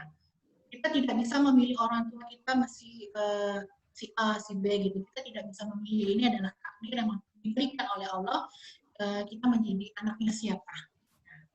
Tapi, dan kita tidak bisa, dan saya tidak menyarankan harus membenci ataupun menghukum orang tua. Tidak, jangan. Biarkan Tuhan yang memberikan hukuman ataupun Tuhan yang memberikan segala punishment ya kepada orang tua, apapun yang pernah dia lakukan di masa lalu terhadap anaknya. Yang saya sarankan untuk anak adalah pertama, untuk melupakan trauma. Maafkan. Langkah pertama untuk kita melupakan trauma itu adalah memaafkan apapun kondisi yang pernah terjadi pada kita di masa lalu. Pertama itu, saya pribadi juga pasti, semua orang pasti punya trauma, entah apapun juga trauma. Tapi bagaimana kita bisa move on, keluar dari trauma itu? Pertama yang harus kita lakukan adalah kita berdamai dengan diri sendiri bahwa itu sudah terjadi. Tidak bisa diulang lagi waktu apapun keburukan di masa lalu, dan kita memaafkan diri sendiri. Oke, saya menerima dan saya memaafkan apapun yang sudah terjadi, dan saya memaafkan orang tua saya. Apapun yang orang tua saya lakukan. Karena kalau kita tidak bisa memaafkan diri kita, tidak bisa berdamai diri kita sendiri, dan tidak bisa memaafkan orang siapapun yang menyakiti hati kita, terutama orang tua ya, karena kita tidak bisa mengganti orang tua. Dan bagaimanapun kondisi keadaan orang tua itu tetap orang tua kita. Dengan kita dilahirkan, dibiarkan tumbuh dengan sejahtera, kita dibiarkan hidup, diberikan makanan layak dan segala macam, itu sudah luar biasa banget, itu sudah pengorbanan dari orang tua. Dan suatu saat ketika kalian menjadi orang tua pun, kalian akan juga mengalami masa-masa sulit sebenarnya dalam mendidik anak itu tidak mudah. Tapi apa yang sudah terjadi pada orang tua, apapun itu, maafkan, dan itu jadikan pelajaran bahwa kalau saya menjadi orang tua, saya tidak boleh seperti itu. Saya harus menjadi contoh buat anak saya. Jadi, gimana bisa mengatasi trauma? Sekali lagi, berdamai dengan diri sendiri, memaafkan diri sendiri, memaafkan orang tua, dan menerima apapun yang telah terjadi. Dengan begitu, perlahan Mbak Widi, traumanya pasti akan hilang, dan itu akan sembuh dengan cepat sejalannya dengan waktu. Terima kasih, saya kembalikan kepada Mbak Fun.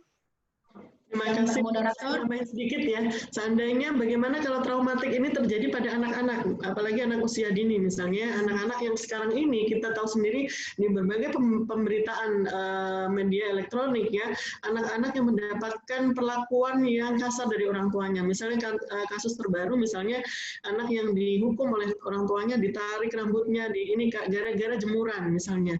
Atau misalnya anak-anak yang lupa membuatkan kopi ayahnya atau teh, ada kesalahan sedikit, dia mendapatkan perlakuan yang tidak sepantasnya dari orang tuanya. Nah, ini hal yang perlu pertama kali harus dilakukan adalah tarik anak ini dari lingkungan yang menyebabkan dia trauma. Misalnya ketika dia di rumah, dia tinggal dengan orang tuanya, dengan ayah atau dengan ibunya, karena memang tindak pelaku kekerasan ini adalah sesuatu yang memang sudah menjadi kepribadian seseorang ya, karakter seseorang, apakah dia temperamen dan sebagainya, ini karakter. Dan ini ketika dia mendapatkan pemantik sedikit, ini akan langsung keluar. Nah, ini adalah kondisi lingkungan yang tidak aman untuk anak-anak. Nah, ini harus ditarik misalnya ketika kedua orang ayahnya atau ibunya seperti itu, maka batasi komunikasi. Ini untuk anak usia dini ya, bukan untuk anak yang sudah remaja atau dewasa yang sudah bisa menganalogikan atau sudah bisa merasionalisasikan kenapa orang tua berperilaku seperti itu. Tapi kalau untuk anak-anak segera tarik dari lingkungan yang kondisi seperti itu. Yang kedua, tanamkan bahwa dia itu adalah anak yang sangat disayangi, anak yang sangat berharga.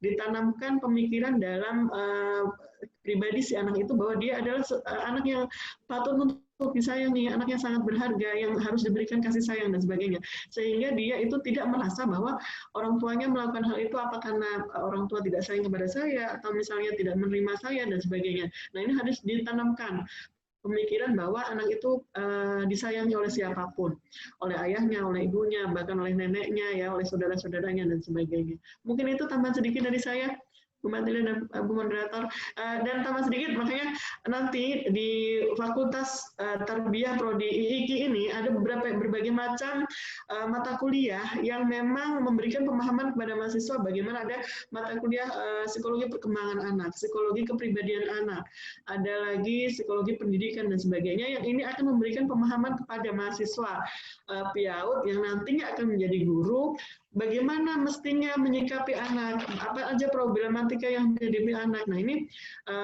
mudah-mudahan insya Allah bisa untuk Bapak Ibu semuanya yang punya anak nanti insya Allah dimasukkan ke Fakultas Tarbiyah ya PIAUD atau PAI IIKI Jakarta gitu. Ya, terima kasih, itu sedikit iklan dari saya. Terima kasih.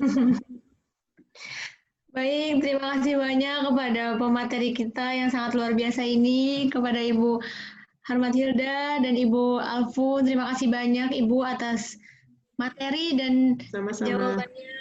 Terima kasih juga kepada Bapak Ibu, kepada sama-sama, terima kasih semuanya, peserta semuanya ya, yang sudah meluangkan waktunya.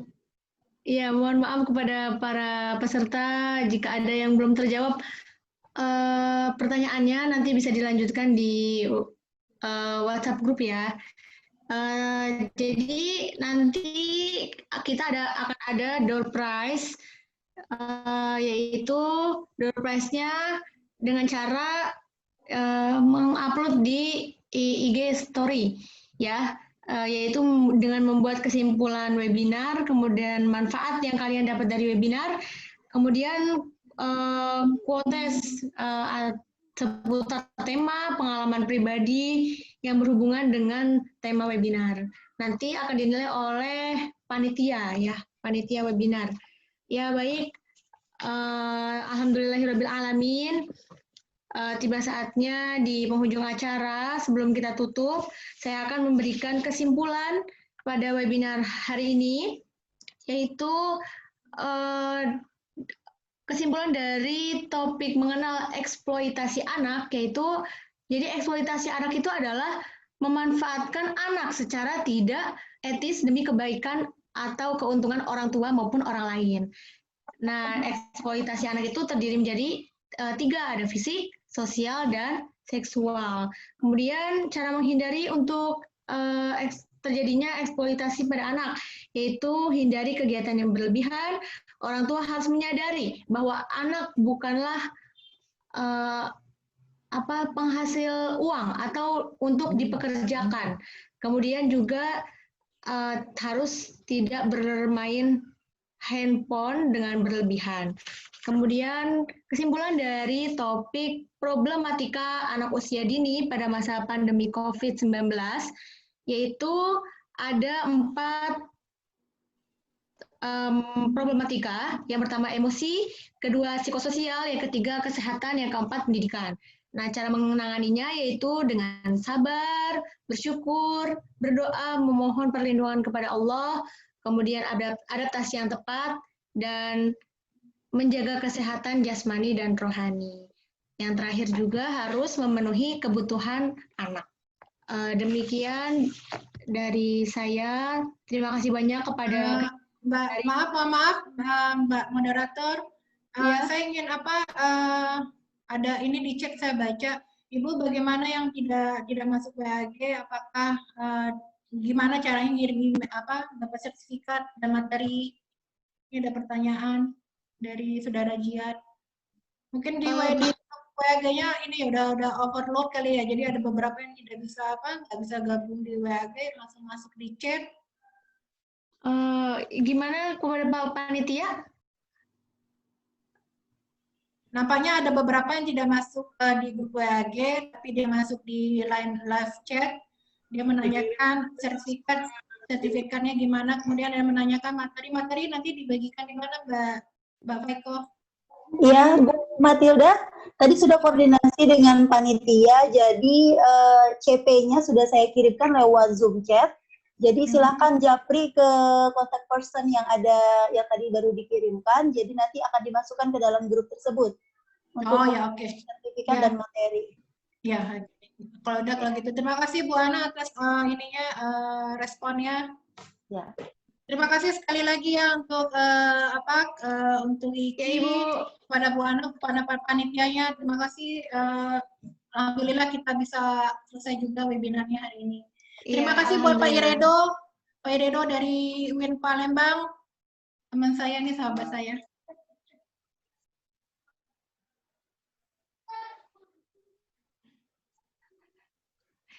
Ya, terima kasih banyak. Saya selaku moderator, mohon maaf atas segala kekurangan. Kurang dan lebihnya mohon maaf. Akan saya kembalikan kepada MC. Wassalamualaikum warahmatullahi wabarakatuh. Waalaikumsalam warahmatullahi wabarakatuh. Alhamdulillah. Terima kasih kepada Ibu Harmatilda, SOSMA, dan Ibu Afun Husnia, SPSI MSI, selaku pemateri. Tak lupa kepada Saudari Faiko Ulinuha, selaku moderator pada hari ini. Semoga ilmu yang sudah disampaikan menjadi ilmu yang bermanfaat untuk kita semua. Amin, amin, ya robbal alamin. Amin.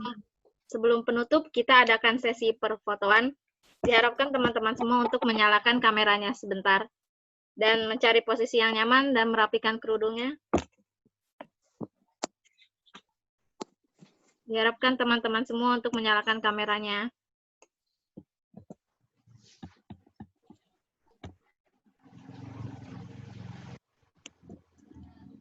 Bentar ya. teman-teman untuk menyalakan kameranya.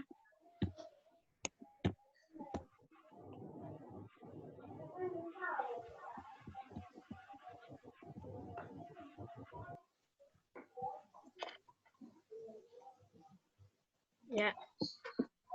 Gina, udah siap? Ya. 1, 2, 3. Lagi ada 4 kali ya, Gina ya? Ya, tunggu.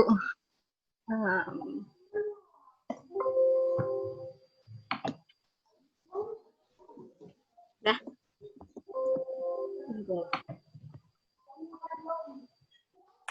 Lanjut.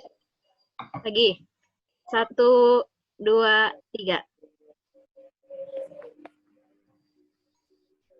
Sekali lagi. Sekali lagi. 1, 2, 3. Ya. Terima kasih semuanya. Boleh 2 kali lagi? 2 kali lagi. 2 kali lagi ya. Maaf.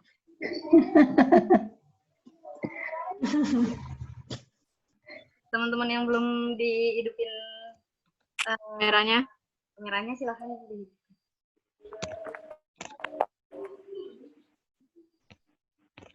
Tapi bagi yang tidak mau menghidupkan juga nggak apa-apa, Kak. Ya, boleh.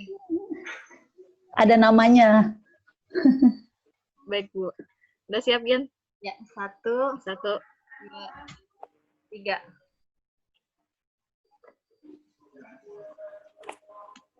sekali lagi ya, Gen? Iya.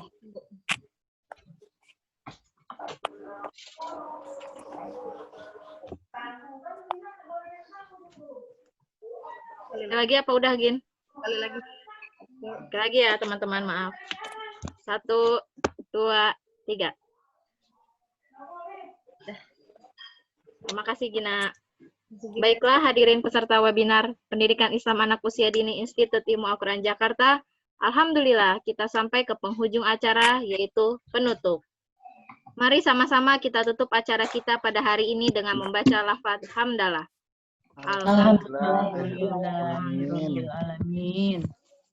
Saya Fikriyah Hanifah, sebagai pembaca acara mohon pamit undur diri. Kami segenap panitia memohon maaf apabila masih terdapat kesalahan. Semoga kita bisa bertemu kembali pada kesempatan berikutnya. Wabillahi taufiq wal hidayah, waridho wa inayah. Wassalamualaikum warahmatullahi ta'ala wabarakatuh. Oh, Nek. Waalaikumsalam warahmatullahi wabarakatuh. Terima kasih semuanya.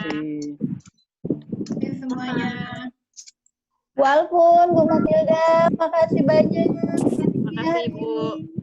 Ya, Sami-sami, Bu. Bu Ana. Sami-sami semua. Luar biasa Mas. Jawabannya materinya. Terima kasih semua ya.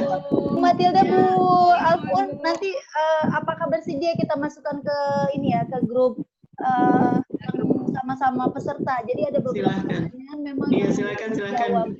Boleh, Ya, boleh, Bu. Boleh ya. Silakan aja. Alhamdulillah. Barokallah. Terima kasih banyak ya, Bu. Akhirnya Sama-sama. selesai. Saya lagi sakit loh, Bu Ana. Oh ya Allah. Ya Allah, Bu Matilda. Alhamdulillah udah sehat Bu Makasih Matilda. ya, tapi muka cerah banget hari ini. Hari ini cerah banget, mukanya nggak kelihatan sakit. Ini maksudnya. Iya, udah sehat. Kemarin sore Udah saya sehat, Bu. saya. Masih sakit katanya, alhamdulillah udah sehat. Saya izin live ya Bu. Terima Ya, kasih. terima kasih. Assalamualaikum. Terima kasih ya, Bu Ana. Sehat selalu. Yani, Banyak. Ina. Bu Bapak semua yang hadir, terima kasih banyak. Ya, assalamualaikum. Waalaikumsalam, Ibu. Waalaikumsalam, makasih.